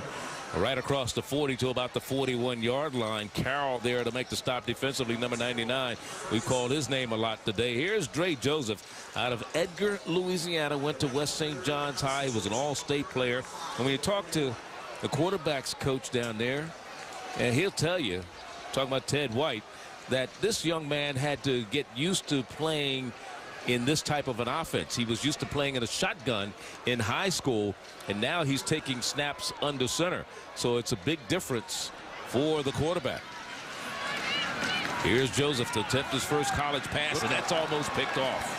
Yeah. And what do you, I mean, your comment on what I talked about as far as taking a snap from center as opposed to shotgun? Well, I mean, it makes it tough. It's something that if you don't do it, you know, for me, it was second nature, you know, because I grew up underneath the center. It was something that I always did naturally. But for those that don't, you know, it's something foreign. And if I tried to go and teach you how to get under center, it's simple to me. But for you, it may require some, you know, some technique, and, you know, may not anticipate how hard that snap really comes and the shock that it puts on you. You just got to find that rhythm. And for these kids today, so many of them just never get underneath center. They're always in the shotgun, so they have to take extra time and preparation.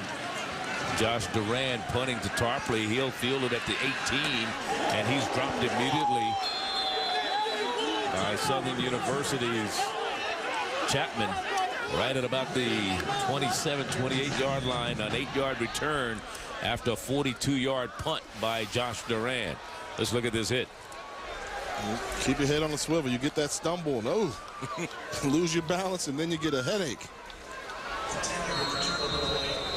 So the ball is going to be spotted right at about the 28-yard line, and of course a new quarterback in for the Delaware State Hornets, and Nick Elko, the redshirt sophomore from Arundel High, Nodenton, Maryland.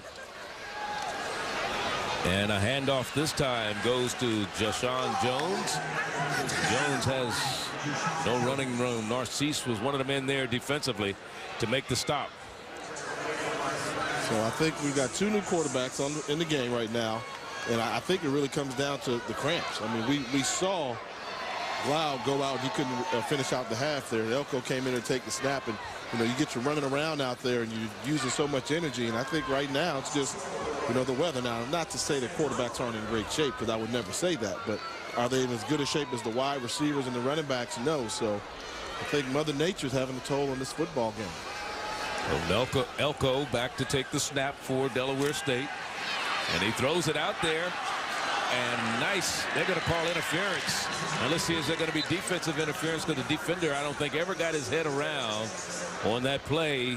It was intended for Jackson, Darius Jackson, who has a touchdown. We got another player laying down. That's another cramp. And that's 27 on the defense. That's Dixon laying on the ground, the wide receiver, Donnell Dixon, number 13. He's cramping up right at the 35-yard line.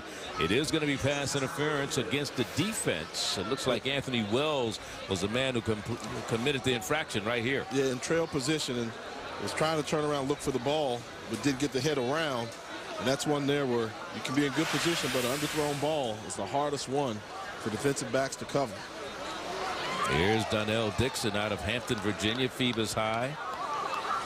He's still down but it's a first down gained on the penalty to the 41-yard line. Don't forget tomorrow night a huge top 10 matchup. Kellen Moore leading the third-ranked Broncos against Ryan Williams and the Virginia Tech Hokies, who are ranked number 10. The All-State kickoff in the Capitol, right out at FedEx Field, where the Redskins play in Landover, Maryland. It's part of Dick's Sporting Goods kickoff week on ESPN Monday at 8 Eastern. Well, you know, the FedEx Field is the second largest NFL stadium behind the Cowboys' new stadium. But you know, the attendance record is not held by a Redskin game. It was Virginia Tech and USC a couple years back. Still, I thought it was a PG Classic. Here's a little throw out in the flat, little bubble screen to the right side. Face mask. And a face mask penalty as Tarpley was on the reception. The young man who had the kickoff return, Levi Jackson, I believe, was the man guilty of the infraction, number 22, rather, defensively. Oh, they're calling holding. Oh, and the wide receiver block on the outside.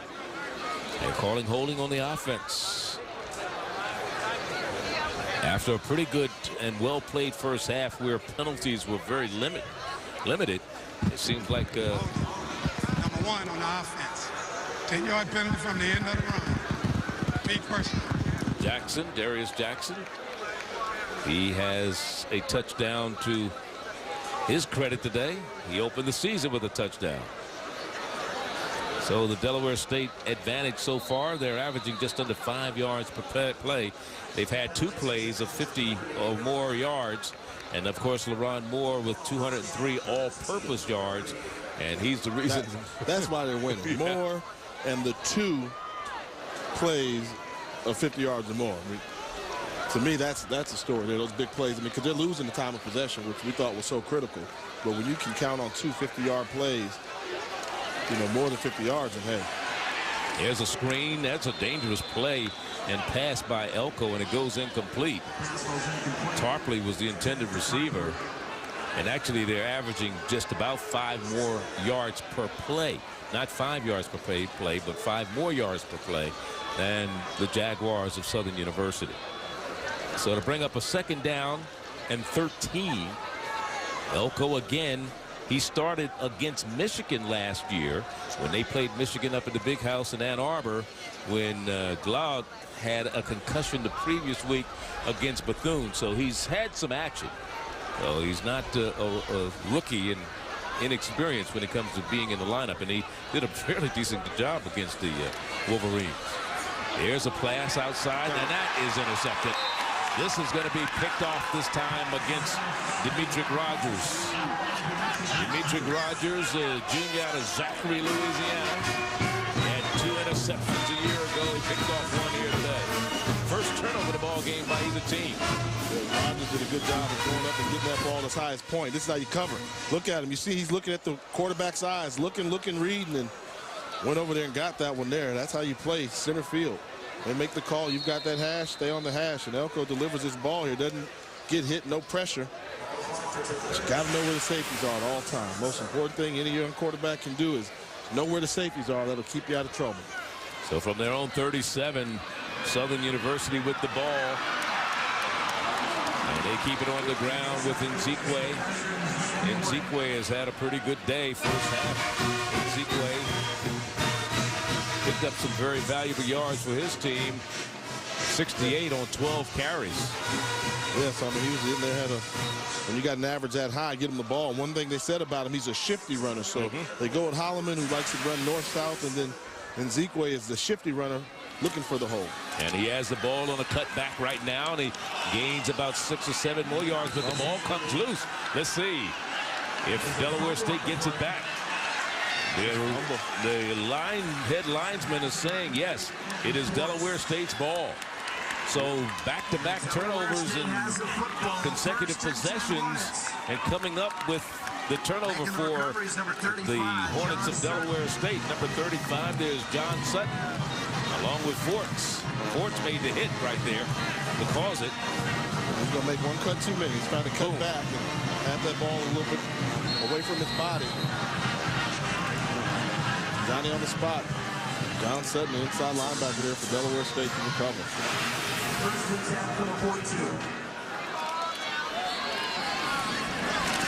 This time Jones trying to turn the corner to the left, breaks one tackle, bounces to the outside, still on his feet. First down all the way down to the 39-yard line of 19-yard run before Rogers, who just had the INT, came up to make the stop. Anytime you see running backs get long runs of 8, 9 yards, that means you got good downfield blocking. Take a look at the bottom of your screen here. This is how you block at the wide receiver position. You're going to see it right here. Just going to get all over him. It's what you call a good old-fashioned stalk block. Look at him. Get him. Get him. Get him. Still fighting. Still fighting. Still fighting. So that's just heart. Nothing about the size or anything there. That's just the ability saying, I'm not going to let you make the tackle. Great job there by Justin Wilson. So Jones in the backfield with Nick Elko, who's come on in relief of Glaude. Here's a pass across on a quick slant. Breaking tackles is Wilson. Wilson is at the end zone. Touchdown. 38 yards for Justin Wilson. So they convert the turnover into 6 points so far. Justin Wilson, the MVP in those last 2 plays there. How do you reward a guy for some good blockers? Go ahead and get him the rock. You know he likes to get physical. Bounces off the Jaguar defender, turns on the Jets and leaps to the end zone. Touchdown. And the rules are going to change on that leaping into the end zone next year. In that situation, I think he was justified. He was justified. He can reach out for the pylon and do it. But some of the rules are going to change when it comes to showboating and diving into the end zone when there's nobody around. It's going to be brought back to the point of the infraction. They're going to take out some of the fun again. Yeah, it won't be a touchdown. You leap at the 3-yard line, the ball's going to be brought to the 3. Yeah. Let's look at the touchdown once again for Justin Wilson, a young man out of Windsor, Connecticut, Windsor High. The redshirt sophomore, he takes it 38 yards for 6. We'll be back.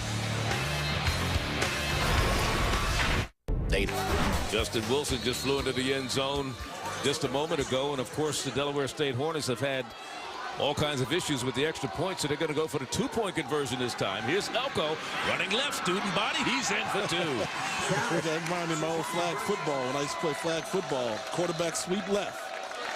Student body left. So the 2-point conversion holds up, and it's 27-16. Now it's an 11-point lead for the Hornets of Delaware State here in this 6th edition of the MEAC SWAC Challenge presented by Disney. Is Elko. Remember, we said he came in for Glaude a year ago at Michigan, started that game, had a fairly good showing, and now Glaude on the sideline with knee injury. Questionable whether he's going to return, and Elko has stepped in and driven him down the field and put him in the end zone. Take a look at that touchdown. You see Elko. Very tough to throw that slant pattern once you're in shotgun formation. You got to grip it and release it really quick. And Wilson did a good job of turning on the Jets there. Good individual effort there. And we talk about Delaware State with the big plays, and they've got 7 plays of 20-plus yards and 3 plays of 35 yards or more. So they're not only hitting singles and doubles, they're hitting home runs too. Avilas, who went off with a leg injury earlier in the game, is back. He's going to kick it off. The freshman from Washington, D.C. And the kick, Cushenberry at the 10. Whoa, he's hit. But he still bounces out, and he's hit at the 25 and gained 7 or 8 more yards after he got hit. After a 19-yard return, it was Chris Johnson who finally brought him down. But it'll be 1st down and 10 for the Jaguars of Southern. 10:36 remaining 3rd quarter, and a 27-16 ball game. Saturday, both bands marched down Main Street, USA, at Disney's Magic Kingdom as part of Fan Day in the Park. Also, Delaware State's marching band, The Approaching Storm, was there, as was the Human Jukebox from Southern University, right down Main Street at Disney's Magic Kingdom. Everybody enjoyed that. Here's Holloman trying to go right, nowhere to run that time. And it was Bansaw. He's been all over the place. The young man out of Potomac High down in Woodbridge, Virginia. Number 93 coming up to make the stop defensively. Yeah, and I see the left guard, Taylon Jones, limping off the field now. So the second half may be a matter of which team can stay hydrated the most. Yeah, I see. I mean, we watched the center Ponder for Delaware State going through some gyrations on the sideline just a moment ago. We'll see if he comes back. Holloman has 51 yards on 12 carries a day, so they've done a fairly good job of doing what Stump Mitchell wants to do, and is establishing the running game. Here's a quick slant across the middle. Upended is Curry Allen, but a good catch holding on, and it was Spicer who came up number 9 to make the stop. And that's the one where, you know, I don't get this one. I'll agree with you. I mean, you make the hit, that's fine, but the guy got a first down grab on you. You know, do you really celebrate a hit after a guy gets the first down on you? You know, good job. Textbook lowered the shoulder, but then look at him. You know, you should get up and just go back to the huddle. Right. Don't go celebrate and show, game isn't over. Look what I did. Yeah, the game isn't over. Had you been there a step earlier, you might have dislodged the ball. Or he may not have caught it. Yeah. Here's a pass attempt by Joseph. He's going to be wrapped up. He's not going to get out of the hands of Darryl Brown. Number 97, the left tackle. A young man out of Darby, Pennsylvania, out of William Penn High, suburb of Philadelphia. For Southern right now, I think, you know, this is one of those drives where you got to test your belief in the system again. We keep going back to it. You know, you're trailing by 11. You want to continue to have a good balance between run and pass, but you got to give something to get the crowd into it as well. I mean, talking about the crowd, you know how many people they had at their scrimmage? They had over 1,500 fans come to each of their scrimmages during camp. Well, you know, fans at Baton Rouge are very rabid about their football team. Believe me. Here's a little screen pass. And it's Holloman on the reception. He's going to be very close to a first down. It's between 9 and 10 yards, depending on how they spotted Kevin Green, the Walter Payton Achievement Award winner. Number 2, the linebacker who transferred from Purdue, was a man there on the stop. They give him the first down. It is a first down, so the chains move forward. Ball spotted now at the 43 of Delaware State. As you look at Holloman over on the sideline, he's done a good job today. They've kept the running backs kind of fresh in there between him and Nzikwe. Right now, there's nobody there. I think there's a mix-up because the fullback, Mitchell, was the only back there, but he still managed to quarterback Joseph to get 4 yards on the play because he went back there looking for somebody to hand it to. Was nobody there. Richardson on the stop. They had 10 guys on the field. Right, I said. Because Holloman was on the sideline, and I don't think Nzikwe ever came in the lineup. Yeah, that's there. Oh, that'll get your coaches upset. They were lucky they didn't lose anything from it. I mean, Joseph had the presence of mind to be able to turn it upfield and make something out of nothing. When you talk about Southern University being located in Baton Rouge, Louisiana, I mean, you think the folks in Baton Rouge had a little heartache yesterday watching North Carolina almost come back on them? Yes, indeed. What a gutsy performance by the Tar Heels. Now Nzikwe is in there. Joseph going to the air, throws it over the middle, has a complete, about a 7-8 yard gain. Peterson, the tight end, on the reception, number 89. Harvey there defensively, number 55 for Delaware State. And defensively, Delaware State wants to bend but not break. They want to keep everything in front of them, come up, wrap, and tackle. But you do that to a certain point. But normally once teams start to cross the 40-yard line, the opposing team's 40-yard line, you do uncharacteristic things. You try and bring some pressure, bring some blitzes. Let's see if defensive coordinator Ray Petty tries to bring some pressure on the Southern offense. Joseph going to the air once again. Has it complete. Coming out of the backfield was Number 86 for the Jaguars of Southern, Jeremy Paul. That's the second reception for him. And everybody is cramping up. It was a 3-yard gain. They only needed one to move the chains, and they get it. And there it is. The young man who just caught the pass. He's down with cramps. Jeremy Paul. Yeah, that's 6'3" senior. There's a timeout on the field. 7 minutes to go, third quarter.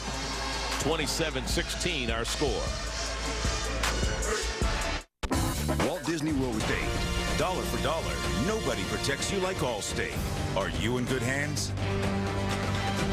They're not far from the beach, and I'm sure a lot of these players would love to get in that water right now. Of course, Jeremiah McGinty in the locker room getting some IV for the Heat. Lumber players being carried off today. Oh, Mr. Holloman hit immediately by big number 99. That's Carroll. Andre Carroll. He loses a couple of yards on this one, 5 to be exact. Oh, man, that's when defensive tackles are most dangerous. Coming off a timeout when they've been able to put some oxygen in those big lungs. Just look at them explode off of there. Beat the double team and explode through the gap. I mean, I'll never forget. I mean, Sam Adams in the NFL, he was the best at that. If you call a timeout, you better not call a running play right after that, because he was going to destroy you. Well, Carroll trying to celebrate his birthday early. He'll turn 22 tomorrow, and he wins this one, he'll be celebrating. Believe me, wide open and turned the opposite way. Just couldn't get it. Was Allen, Curry Allen, the intended receiver. If he'd have turned a little bit sooner, it would have been 6. Yeah, he would have tried. That's just one of those throws where you've got him beat deep down the middle of the field. The quarterback just threw it on the wrong shoulder. Very difficult for those wide receivers to readjust once they're running full speed like that. And we'll take a look. He comes off. This is the post pattern, and he throws it like it's a go pattern on the outside. It touched his hands, but he just never got his head around to actually locate the ball. So it'll bring up a 3rd and 15 now with 6:10 to go in the third. Screen back to the far side. Here's Holloman, and he has the first down right at the 19 before Green made the stop. Number 2, 16 yards. He needed 15, and they moved the chains forward. 1st and 10 in the red zone for the Southern University Jaguars. Yeah, I mean, you'll see the pursuit. They're going to recognize the screen. 2 red jerseys are going to get there, but they're on the outside. Then the defensive back, Matt Spicer, he split. He slips and falls, or he gets spliced, I should say, and goes down. And big game, first down conversion for the Jaguars. 1st and 10 at the 20. Trying to erase this 11-point deficit or dig into it a little bit. 27-16 the score. Here's a screen to the near side this time. Here's Nelson on the carry. Nelson still on his feet. Bounced down. And he fumbled the ball. They're going to say he went out. They're going to say he was out of bounds when he lost the football. The line judge right there on the spot. Minor was the man who hit him, number 4. Out of Sanford, Florida, right a bit up the road here, a little bit north of where we are here in Orlando. Well, look at the end of this run. He gets turned around, and it's pretty close. He's in bounds. Okay, that lets you step was out of bounds. Good job. 1st and goal at the 2-yard line. Make it the 3. Joseph is 6 of 8 for 62 yards since coming in for Jeremiah McGinty. And play is going to be whistled dead. There's a flag on the play. Let's see who it's against.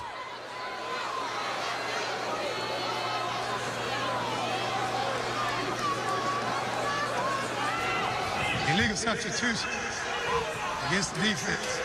After distance to the goal, first down. So it's against Delaware State. They're going to move it back to the 1. Let's look at this run by Nelson after the catch here. Again, we're looking to see, was he really out of bounds when he lost that football? Yeah, right foot is out. He was across the line, definitely. That close, and once you get that close to the end zone, shouldn't be playing around with that ball. Covered up, go down. 12th play of the drive for Southern University. Holloman in motion. He wants to put it in the air. Throws it into the back part of the end zone, out of the end zone. Incomplete. Kerry Allen did come up with it, but it's incomplete. And that's one there. Once you get a wide receiver with that much leverage, go ahead and throw it for that pylon. You got the ball on the right hash. Long throw, but you should aim for that back left corner pylon and allow Allen to make the catch over his shoulder. You know, we haven't really talked about this, Jay. The quarterback's coach at Southern University holds all the records that you thought you would get at Howard University. He was decent. Ted White, sweet flight White. Going to be an outstanding coach, too. That's the thing I'm really proud of him, seeing him do this. And look at this. Mitchell, the fullback. By the Hornets. What happens? What's a Hornet do? They don't travel one at a time, do they? No. They swarm. They swarm like bees. Well, that's what you call swarming defense down there on the goal line. Bend but don't break. Sutton, along with Harvey there. Watch number 35. Look, one hit there, two hits, three. Look at that. They're all over. Everybody's there. Spicer's there. And that was the fullback who's been doing a good job blocking for the running backs in Zekwe and Holloman. That was Mitchell getting the carry that time, and they stacked him up. So this will be a 3rd and goal now. The ball, after a loss of 1, back to the 2. Holloman is the second back in the eye. Holloman has it, turns it back inside, will not get there. Wrapped up at the 1. 4th and goal. But I know Stump Mitchell. He has confidence in his running backs. He has confidence in his O-line. You can have that confidence, but you got to manage the game as well, too. And put some points on the board. Right now, you're down by 11, and then you got 1 yard to get. You want the power. But one thing Delaware State's been able to do is hold firm down here. That bend but not breaking. You know, I think if you're going to go for it, you know, I think you do play action on that 3rd down as opposed to 4th down. So right now, you just got to commit yourself to some full steam ahead running. Now a timeout's being called. Let's see who's calling it. Delaware State. Second charge. The Hornets. So they have called 2 timeouts here in the second half. They only have 1 remaining. Great meeting, guys. Thank you. I've got to catch the train. Whew. What's up, man? Why are we here? I got you.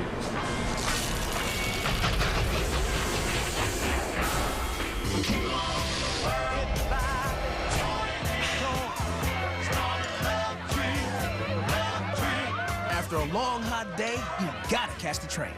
Frost Brewed Coors Light, the world's most refreshing beer. With the new Build Your Own Omelet from Denny's, you can make your own omelet any way you like spinach, tomatoes, and pepper jack cheese, or Swiss cheese, ham, and jalapeno peppers, or bacon, avocado, cheddar cheese, pico de gallo, prime rib, fire roasted peppers and onions, chorizo, American cheese, sausage.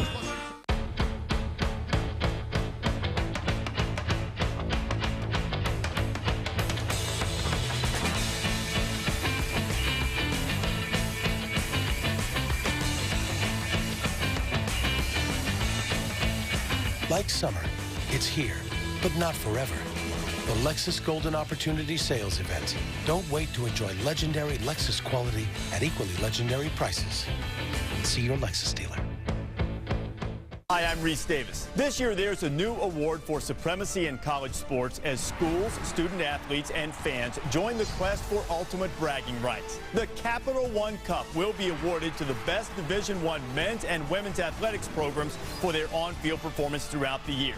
Schools will earn points based on their team's finishes in NCAA Division I championships and final official coaches polls. The journey for the Capital One Cup begins this fall. To learn more, go to CapitalOneCup.com. With the new Build Your Own Omelet from Denny's, you can choose from 19 different ingredients and become your own omelet architect. And starting at just $4.99, well, it may be the most affordable omelet architecture program in the country. Boise State's out to prove they are legit title contenders on ESPN College Football Primetime. Boise State, Virginia Tech, Monday at 8 on ESPN. College football in high definition is presented by Vizio. Check out another one of Disney's mountains. Big Thunder Mountain Railroad at Magic Kingdom Park has you careening through steep mountain passes and in and out of darkened caves on a runaway train that seems to have a mind of its own. Check it all out at Walt Disney World Resort here in Florida. Southern University in the red zone so far today, 2 of 2. This is the 15th play of the drive on 4th and goal. Holloman, no, didn't get there. The defense held. His feet were taken from under him. Spicer was one of them in there, along with Ferguson. And big number 99, of course, we cannot forget what Andre Carroll has done today for the Delaware State defense. Yeah, but it looks like he's walking off with a cramp as well. And we talked about giving those big nose tackles time to get oxygen in the lungs, but we've been talking about Andre Carroll, but let's give credit to big Darryl Brown there too. He had great penetration, and they just clobbered the Southern offensive line and got penetration in the backfield. And now Delaware State's going to try to get some breathing room there with a quick snap. Southern University held the ball for 15 plays. They got 65 yards, used up 7:40 off the clock, got to the one, and came Very away with impressive, nothing. except they just came 1 yard short. Came away with nothing. 2:45 and the clock ticking remaining here before the fourth quarter. A 1 yard gain on that last run, and of course both quarterbacks have had their issues here this afternoon with cramps and a little bit of injuries. Was that offsides, or was he drawn off? Miller was the man who made contact from the defensive side of the ball. That is Jordan Miller. Outside. Number 90 on the defense. 5-yard penalty. There he is. Jordan Miller, senior out of Largo High in Upper Marlboro. But you know what I think we're going to remember is 11-point game. They walked away with nothing. We talked about the management. I know you want to go for it, get a yard, but you're going to wish you had those 3 points where you could have kept it within one score and a touchdown and a two-point conversion to tie it. Now the offensive line moves a little bit prematurely. I believe that was the right guard. Out to the snap. Foul score. 73 on the offense. Yep. Half the distance to the goal. Second down. There he is, the right guard, Darrell Hicks, a returning starter, senior out of Boston, Massachusetts. So they gave the 5 yards right back. They had some breathing room. Now they ran out of breath. So it's 2nd and 9 once again. Deep handoff. Not much running room that time for Jones. Deshaun Jones, Coleman there to make the stop. How about some key plays for Delaware today? Goal line stand, of course, we had that one just happen. Plus Mr. LaRon Moore. 90-yard kickoff return for a touchdown and 85-yard touchdown reception. You think he's got a 98-yard touchdown in him? Hey, they'd love it right now, wouldn't they? I think it could happen. Watch out. They're just going to play it safe and let Elko just run straight ahead with the football out to about the 4-yard line. It'll bring up a 4th down. They'll have to punt it away. Now here you got Martin Kano, the freshman out of Germany, who's going to come in to punt it away. Remember, this is his first game playing here on the collegiate level. He played some American football in Germany. Let's see what happens here now. I think that's why you had such conservative play calling.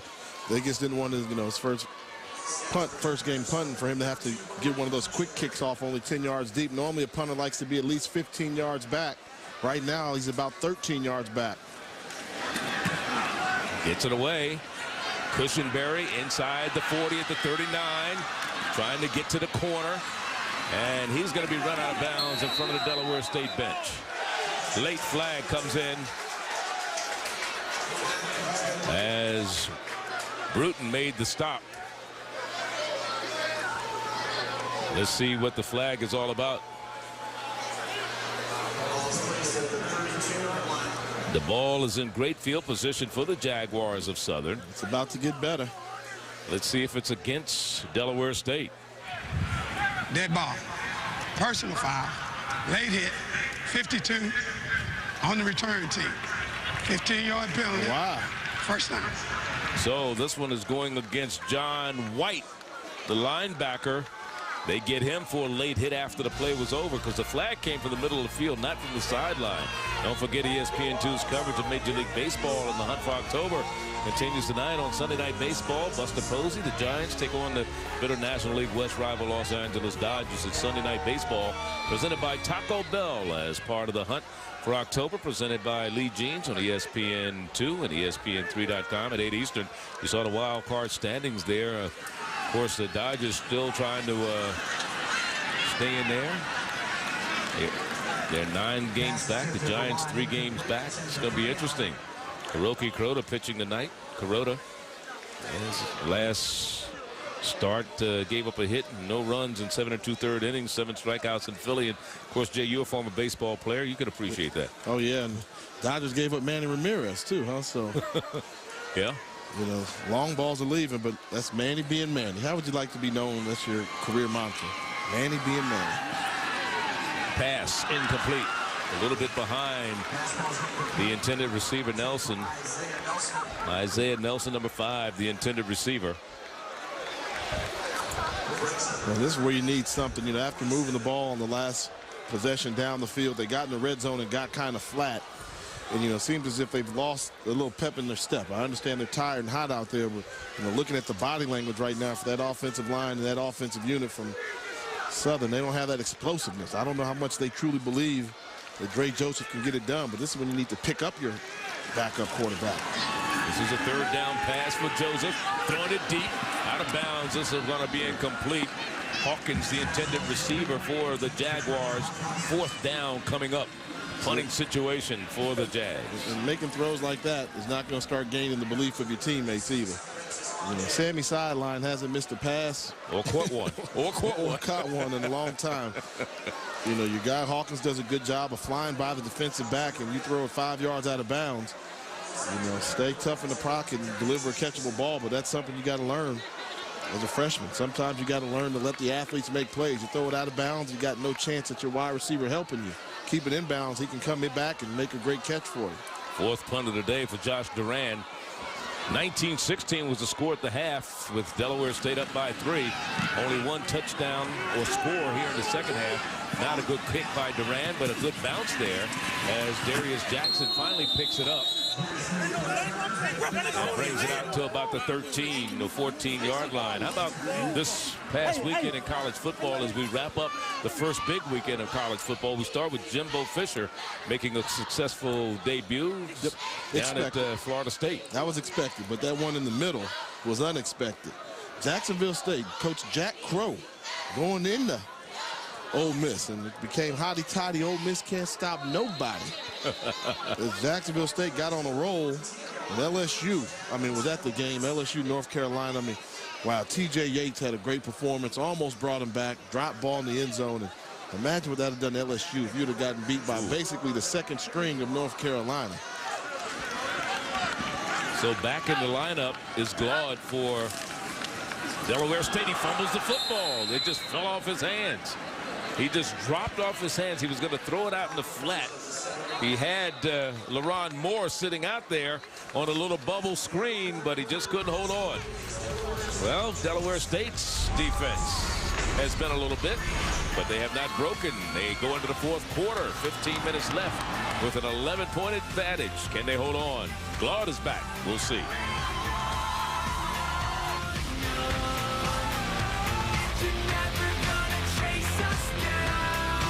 The NASCAR. We start the 4th quarter as you look at the scores by quarter now.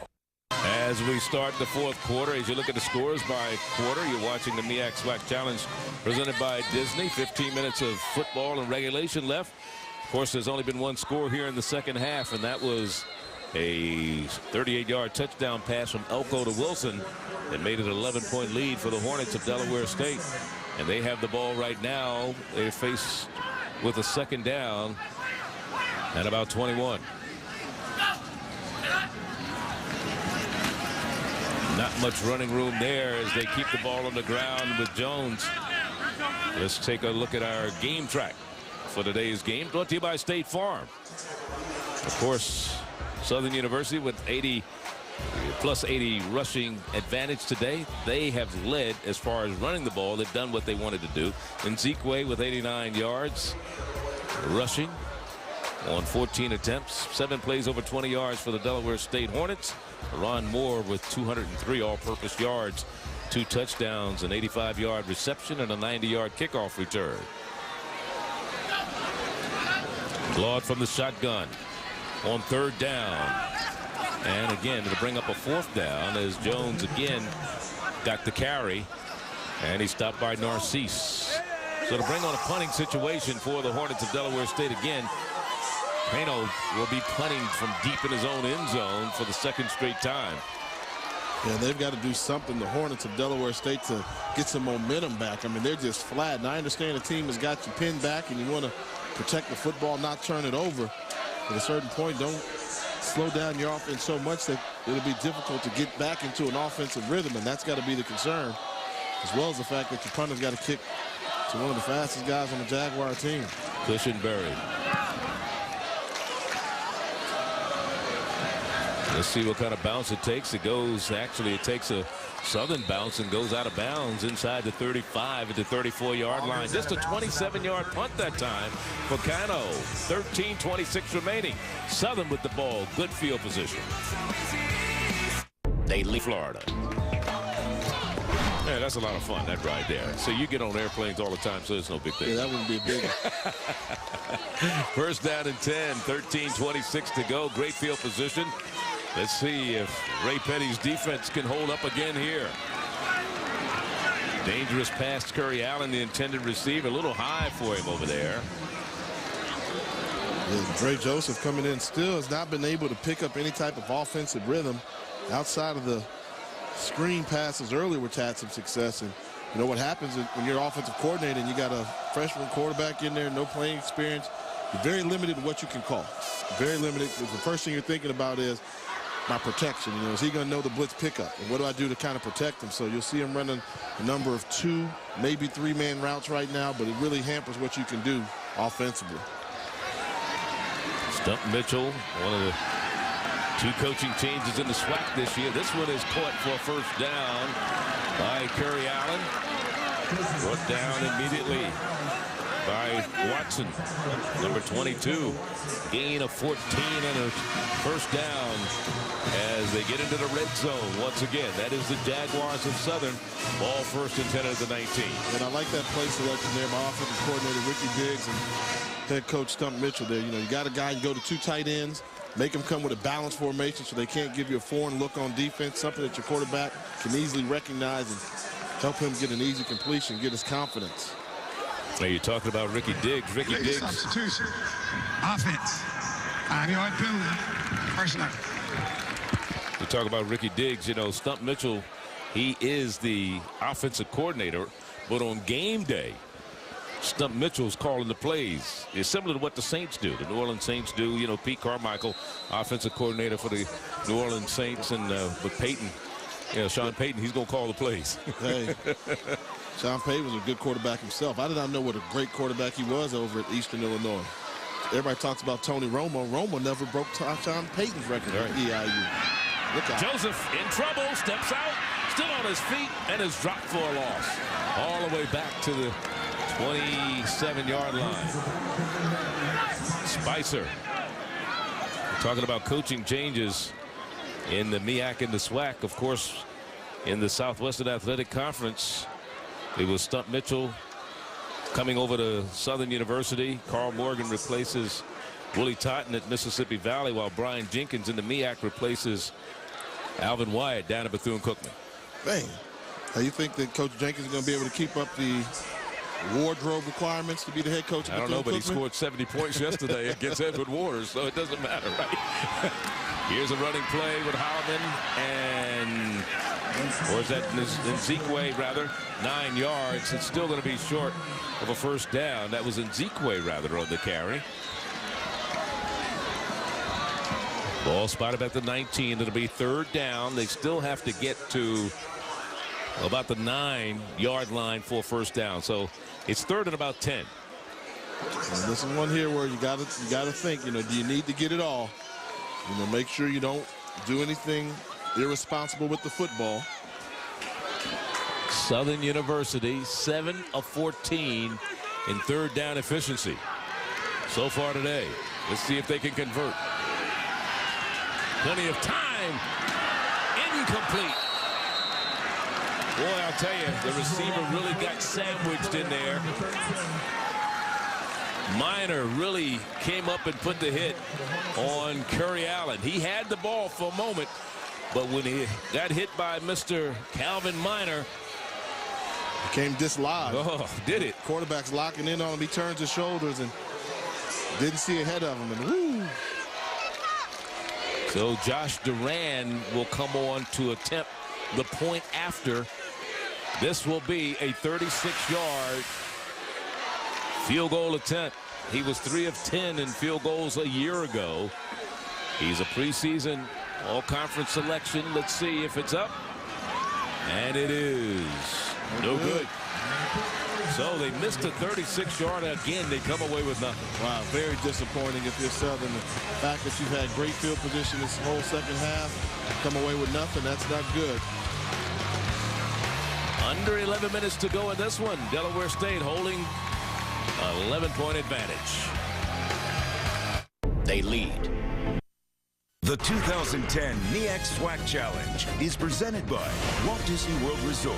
What will you celebrate? And in part by the U.S. Army. Army Strong. Church Street here in Orlando, Florida, as we have about 11 minutes left here in this 6th edition of the MEAC SWAC Challenge presented by Disney. I'm Charlie Neal along with Jay Walker, the former Howard University and NFL quarterback. Glad you could tune in on this Labor Day weekend, and it's been an exciting contest, although here in the second half it's kind of bogged down a little bit after a lot of scoring in the first half. Only one score, and that was Delaware State. They have the ball and they're keeping it on the ground. Rousseau is on the carry for the Hornets of Delaware State.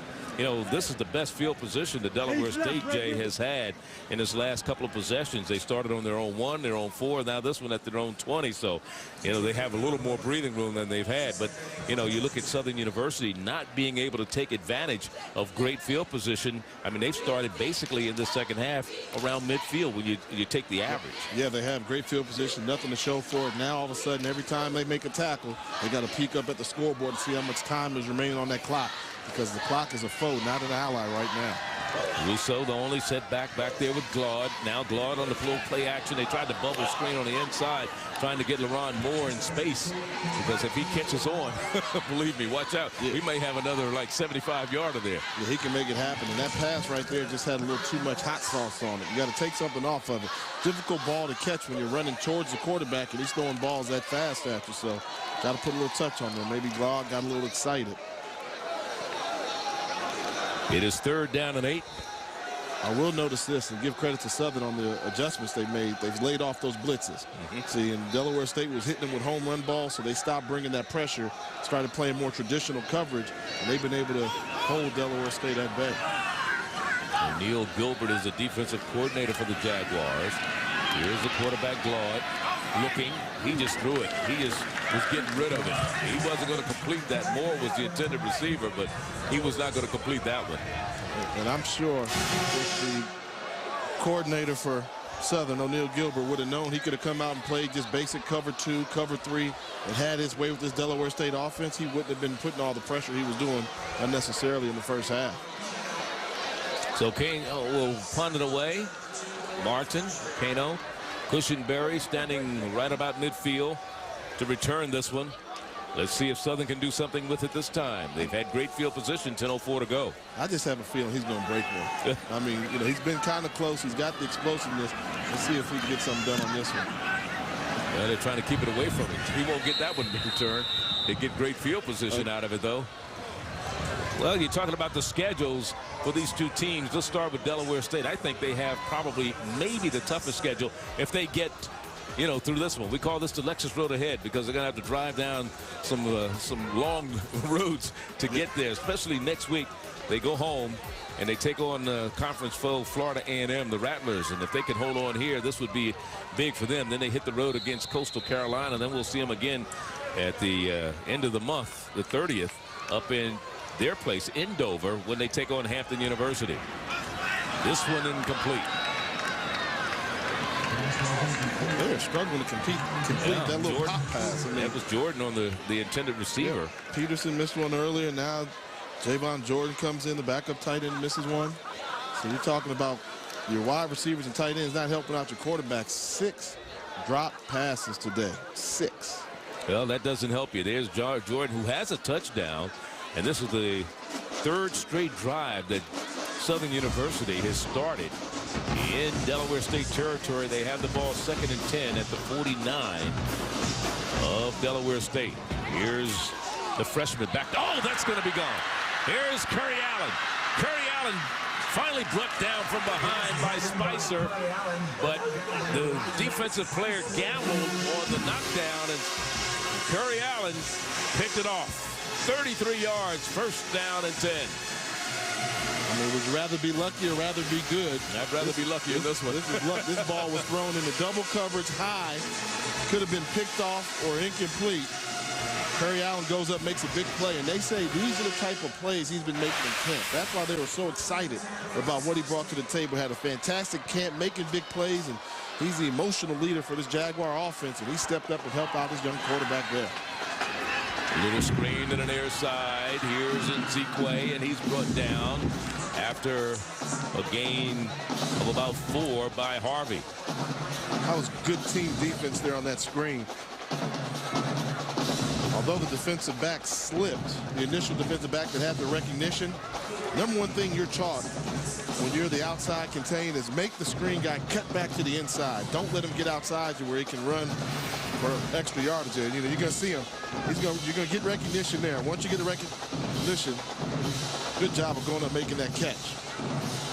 Holloman is in the backfield right now. He's the lone setback. Joseph going to the air. Holloman over the middle. Holloman has the catch, and he's run down immediately by Minor. Before he could get up ahead of steam, along with Green, 7-yard gain on the play. The ball is spotted right at about the 5-yard line, where it'll be 2nd down. Make that 1st and goal. 1st and goal. That was a 1st down play. This is where the yards have been tough to come by for Southern University. They've been down here before. I think you do early, go with your play action early, get your quarterback on the edge if you're going to do it. I don't know if you can just necessarily run at the teeth of the defense. Hawkins is at the bottom of your screen. Here's your quarterback, Joseph. He has some running room. He's going to get in unmolested. Touchdown, Southern University. 5-yard run for the freshman quarterback, who picks up his first collegiate touchdown out of Edgar, Louisiana.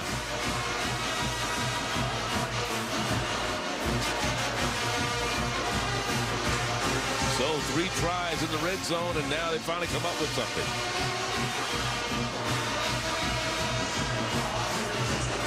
Good job getting to the outside. They're showing the mobility there. Coach doesn't want to call the draw play or the bootleg. Quarterback says, I'll call my own number. Well, here's Griswold for the point after. Kick is up, and this one is good. Wow. 27-23. They didn't go for 2. Would you thought they would have at this juncture, Jay? Yeah, make it a 3-point game. Instead, they're down by 4. Let's look at the touchdown once again. Here's the quarterback. Nobody open. I'll do it with my legs. The arm wasn't working.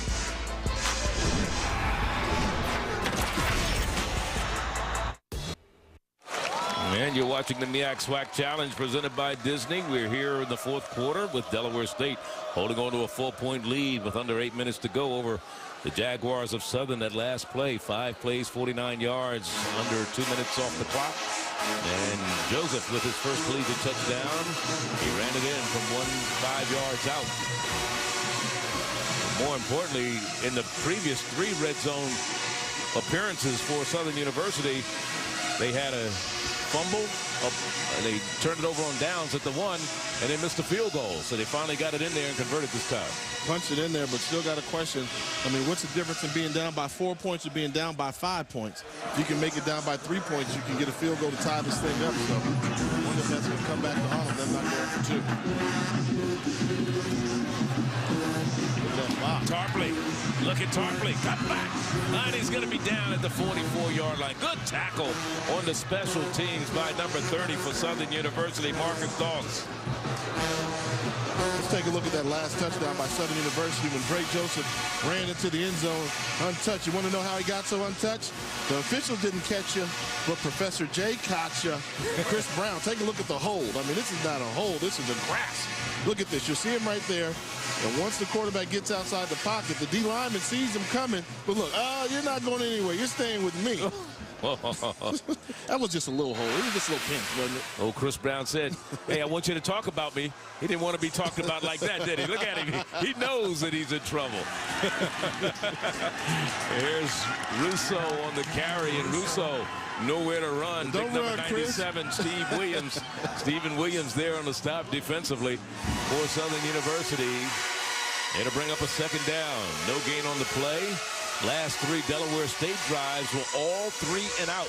And let's see if Southern's defense can hold once again. And that was the problem we talked about. When you want to just get conservative with your play call because you get backed up, how easy is it to kickstart back your offense? And I don't think they've had the ability to get it going. They've had good field position the past 2 drives, but it doesn't look like they were able to find that rhythm they had earlier in the half. Russo is the lone setback behind the quarterback, Anthony Glaude, who had gone out earlier with a knee, but he's back in the lineup. They've given away to Elko, who put them in the end zone for the only touchdown they've scored here in the second half. Delay of game against the offense. 5-yard penalty, second down. Play clock ran out on him.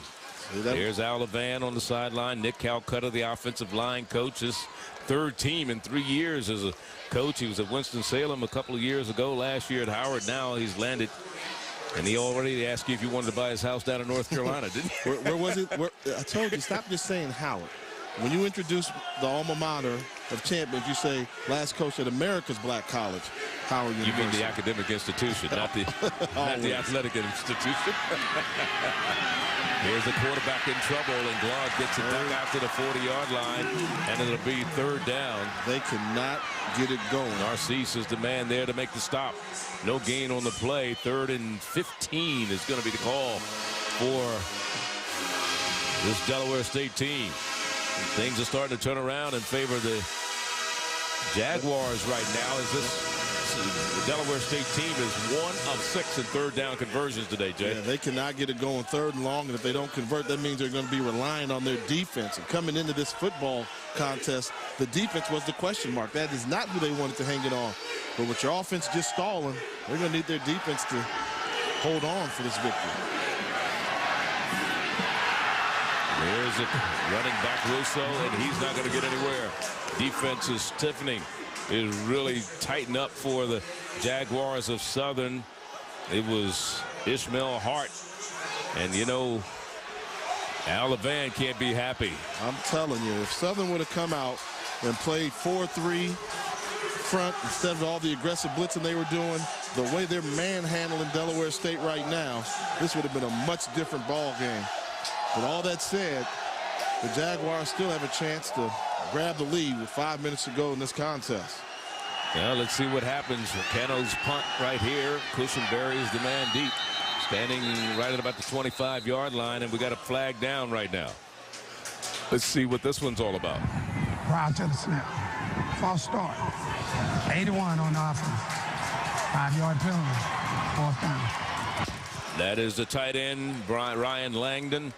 And, of course, Delaware State starting to self-destruct right here. They had an 11-point lead. It's a 4-point lead now. Clock is running.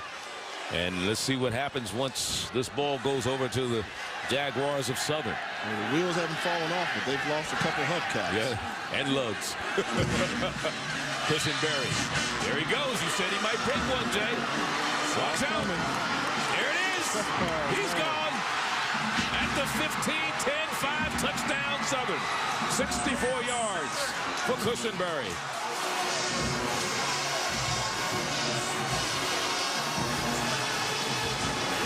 Saw it coming. They don't call me the professor for no reason at all. You saw it coming. He was due to get one. With 4:43 to go.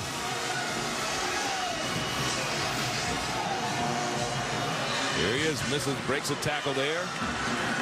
One cut, and then it's over. You know, speed. Nobody's going to catch him.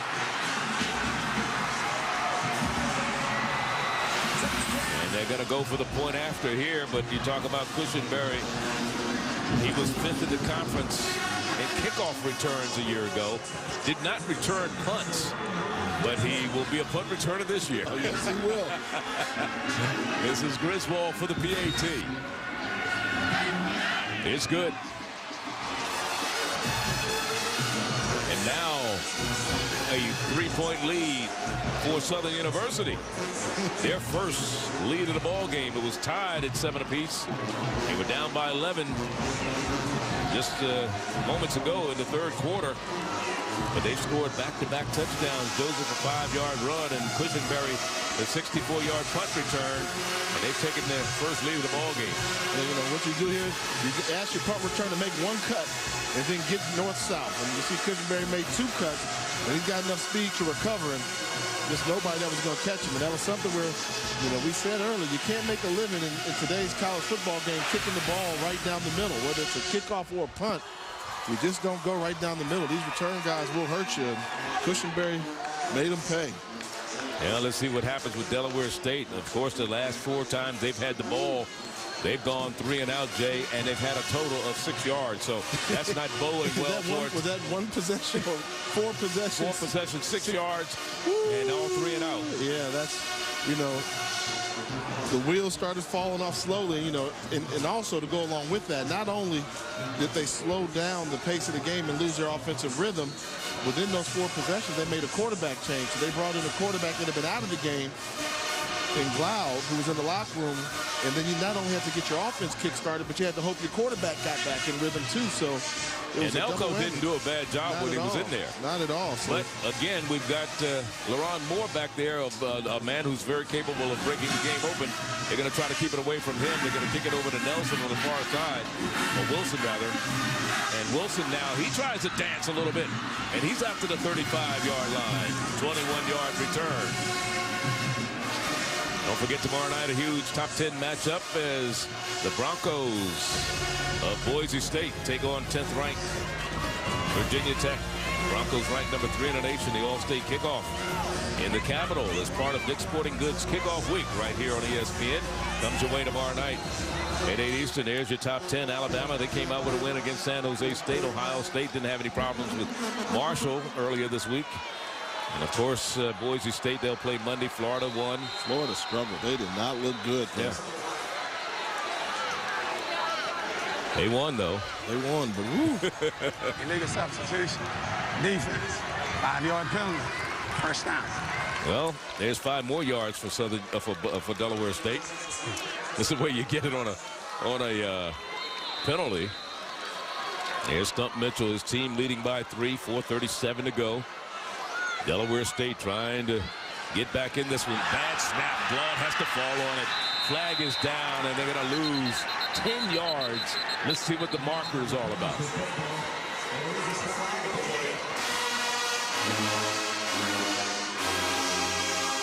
Actually, they lost 15 yards because the ball was at the 40. That was a 1st and 5 play, and the ball's all the way back at the 25 now.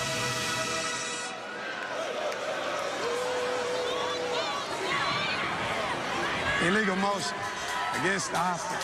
Penalties declined. Second down. Well, add insult to injury. The penalty was against you. Bad snap. You will false start. Glaude just kind of wasn't ready for it.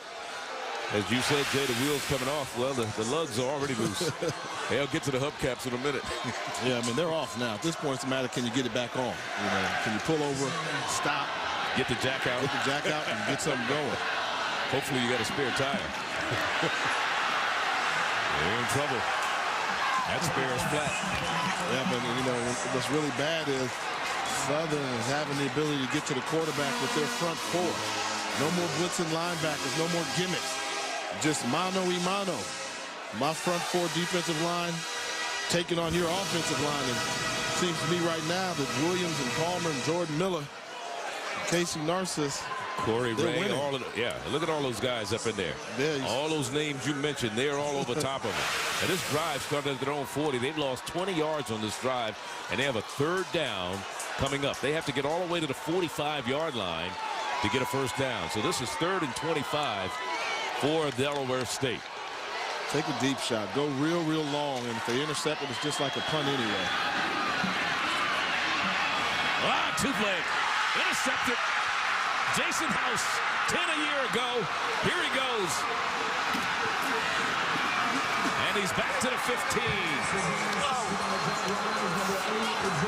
Flag is down.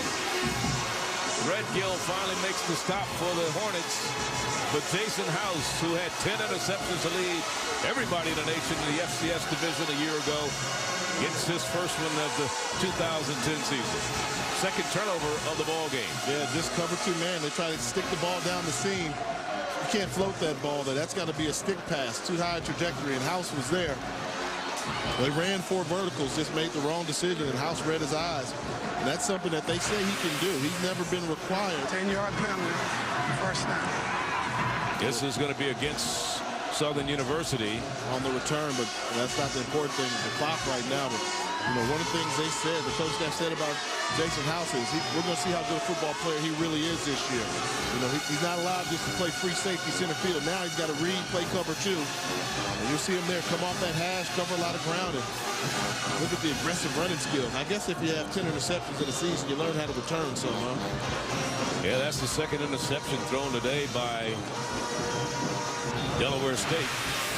One by each quarterback. Elko threw one. Glaud's thrown one now. All 3 and out or a punt or whatever. They didn't get it done. Here's wide open down the middle. In the middle is Jordan, and he's inside the 5 to the 4. He got a touchdown already. This one good for 37 yards. Green, finally, the linebacker, making the stop on him. A 37-yard reception for the freshman, or the redshirt junior, actually, from Marrero, Louisiana. There he is, Mr. Jordan, and he's limping off. You know, everybody in the stadium just knew that Southern was going to run the ball, try and get some positive yardage. But no, what do? They sneak the tight end out down the middle, wide open, gets behind the linebackers and the safeties. Good hands by them, too, because that was not the easiest pass to catch. Straight ahead is Holloman, and he's wrapped up at the line of scrimmage. No gain on the play. Led by number 55, Harvey. I think Delaware State might want to start calling some timeouts right now. They only have 1 left. Yeah, but you got to use it. You got to use it sooner or later to get a stop here. No use taking it home with you. Don't take it home with you. You know, they run the ball, call the timeout, then you know you really want to make sure that you limit Southern to just a field goal at this point. Keep them within 6 where you get a touchdown and win the game. Southern can get the ball in the end zone right now. 4 yards makes it game, set, match. Southern. Yep. It is 2nd and goal from the 4-yard line for Southern University. Holloman again, the lone sit back behind the quarterback. Play action pass into the end zone. Touchdown. Here it is. Easy for Southern University. Coming up with the reception was Rashawn Allen, the tight end out of Cleveland, Ohio, a freshman. They're using these tight ends as part of their offense this year. Good for 4 yards and 6 more. Well, we knew they liked to run bootlegs, and they finally picked the right time to do it. Play action pass, get there, and good job coming across the formation by the big tight end for the touchdown grab. Point after is good. And now it's a 10-point lead for Southern University with 1:53 to go.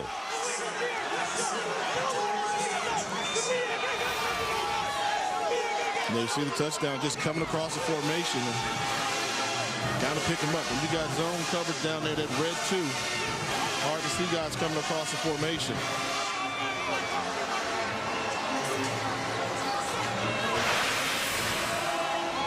So after the interception, they take it down the field. They put 6, 7 more on the board.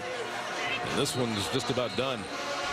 Unless some miracles happens for Delaware State, who led throughout the ball game, even led at halftime 19-16, led by 11 in the 3rd quarter. But then it's been all Southern University ever since. Yeah, and if you're Southern, make sure you don't kick the ball to LaRon Moore back there, or else he can get his team right back in this thing. So the key right now becomes good special teams coverage on this kickoff.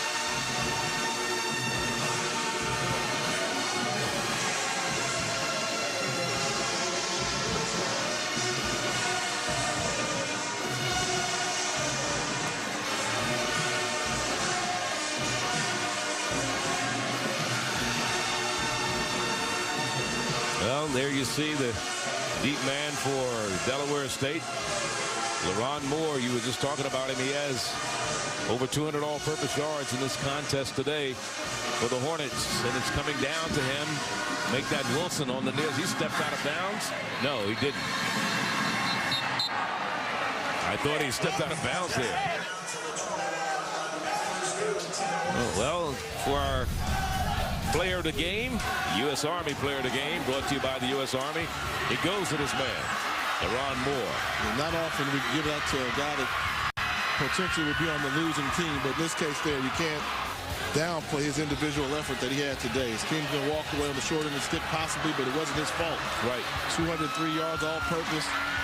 Got his team the lead. They just weren't able to hold on to it.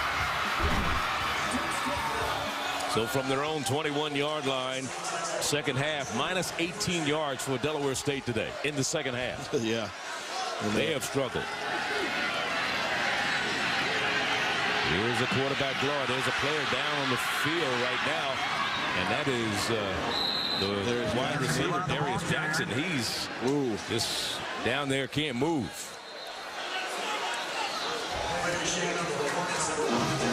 And that happened early. I don't know if something happened on the snap or whether he just got some cramps or what's going on, but we wish him the best. Hopefully everything is okay for him. That's one of the things that you need. I mean, with your team down, that's one thing, but you're going to lose one game. You don't want to lose your go-to guy.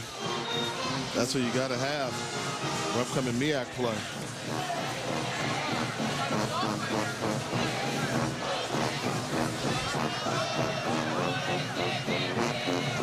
Of course, we know that both of these teams have sent numerous players to the pros. Delaware State has Jamal Jackson, who's a center now with the Philadelphia Eagles. They also have had John Taylor, who played with the 49ers on their Super Bowl team. Darian McCants, and played with the Redskins and Eagles, and offensive lineman Rod Milstead, who played with the 49ers and Redskins. And for Southern, in addition to Mel Blunt, we talked about Aeneas Williams and some of the other people who played there. But how about the preseason players of the year in this conference is, Jay, the MEAC and the SWAC? I think on offense, you reward teams that have won championships and they bring returning quarterbacks back. That's why you got Malcolm Long, outstanding quarterback from South Carolina State. Then you got KJ Black, fantastic year he had down there at Prairie View A&M. They've got a big contest coming up tonight against Texas Southern. Then on defense, Christian Hampton got that motor, keeps it going, and it seems like Hampton just finds a way of churning out great linebackers in the mold of Justin Durant. Julio Lopez from Hampton this year. First down and 10 now. Again, not much going on. A minute 35 to go. Jones loses a yard on that play. And there's another player a little slow getting up right now for the Delaware State Hornets. Looks like Hicks, the right guard. I'll tell you, the heat. It's 90 degrees for the people sitting in the stands. Let's add another 20 for that. And the players down on the field with this new turf that they have, this artificial turf.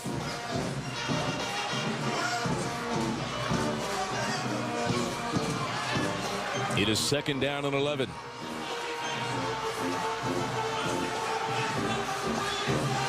There's a pass, incomplete.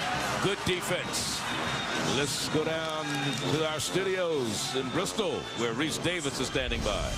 Guys, after Southern finishes off its victory, Tommy Tuberville, all dressed in the red and black of Texas Tech, makes his Red Raiders debut against the high-powered offense of June Jones, Kyle Padron, and SMU. Well, Texas Tech coming up. Mark Jones is going to be down there with Bob Davie and Holly Rowe, and they got the Lays from Hawaii. I don't know if they can handle going to Texas today. It is third down and 11.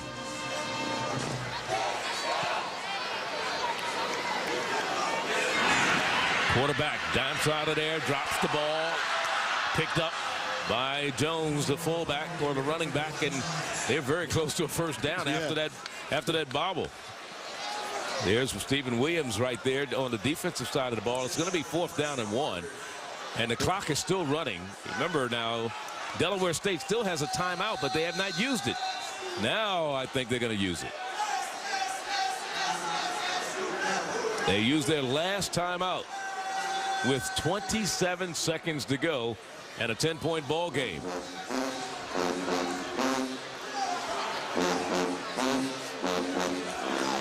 Now, don't forget the NASCAR Sprint Cup Series concludes in Atlanta tonight. Only 2 races remain for Jamie McMurray and Mark Martin for them to get off the bubble and back into the chase. They're like 13th and 14th respectively in the point standings. The NASCAR Sprint Cup Series at Atlanta on ESPN tonight at 7:30 p.m. Eastern. Charlie Neal, Jay Walker here in Orlando, Florida. 6th edition of the MEAC SWAC Challenge presented by Disney. Let's look at the yardage by half. In the first half, it was all Delaware State, 229 basically to 197. It wasn't all Delaware State because Southern did hang in there, but you're talking about the balance by Southern, 197 in each half. That's pretty good. Yeah, they came out, they were able to maintain theirs while Delaware State just lost their rhythm. And credit to them. There were times they could have given up, got down by 11 points, didn't become pass happy, stuck to their game plan, believed in the run, rushed for some first downs on 3rd and long. Got into the red zone, got a 4th and 1, was turned away. And did not get discouraged. 4th and 1 for Delaware State. They're going to use, they just used their last timeout. Now might get an ejection. Well, I think we're going to get an ejection from Southern University. Because Levi Jackson hit the kid from Delaware State with his hand. Open hand. And he really had no business doing that. Number 22. Net ball. Personal foul. 22 on the defense. 15 yards. First down. But it didn't eject him. Now, how's a kid not get ejected for throwing a punch? I don't know. It was clearly he threw the punch. How does he not get ejected? I don't know what the referee was looking at that threw the flag. But he's supposed to go out of there. Yeah. Anyway, don't forget, college football presented by Cars.com coming up next. Take it down to Texas Tech, Southern Methodist. And Texas Tech going at it. Conference USA against the Big 12. Huh? Yeah, how long is it going to take June Jones to turn their program around there at SMU? They, got them back respectability. I'll tell you, they're a team to be reckoned with. Offensively, I'll tell you, they're scary. They can put some points up. Texas Tech would be interesting to see the change. New head coach. They continue to rely on the pass and be as pass happy as they were during Mike Leach days. That one intended for LaRon Moore, who has a pair of touchdowns already in the ball game. You talk about the Southern team.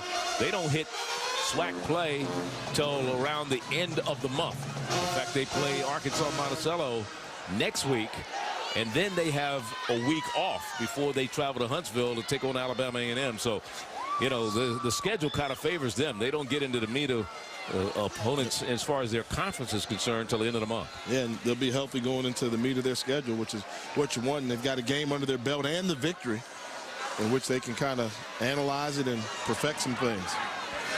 This one is caught and out of bounds with 4 seconds to go. On the reception is Bruton, Justin Bruton. His first catch of the day, sophomore out of Fairless Hills, Pennsylvania. So let's see if they can put something else up. At least they want to go in. Maybe down by 3 points. Maybe they'll get a onside kick, convert, and get along. A lot of things can happen here in the last 4 seconds. They don't still have that 10-point touchdown anymore? No 10-point touchdowns, but nobody wants overtime either. It has been hot for the players down in that field. Could be the last play of the ball game. Glaw throws into the end zone. It's incomplete. And the clock runs out. 37-27, Jay. Your thoughts quickly. Hey, Stump Mitchell got the victory. He's undefeated. You got to win the first one in order to go undefeated. He still has a chance. 37-27, the final score. Coming up next, college football presented by Cars.com. For Jay Walker, I'm Charlie Neal. This has been a presentation of ESPN, the worldwide leader in sports. So long.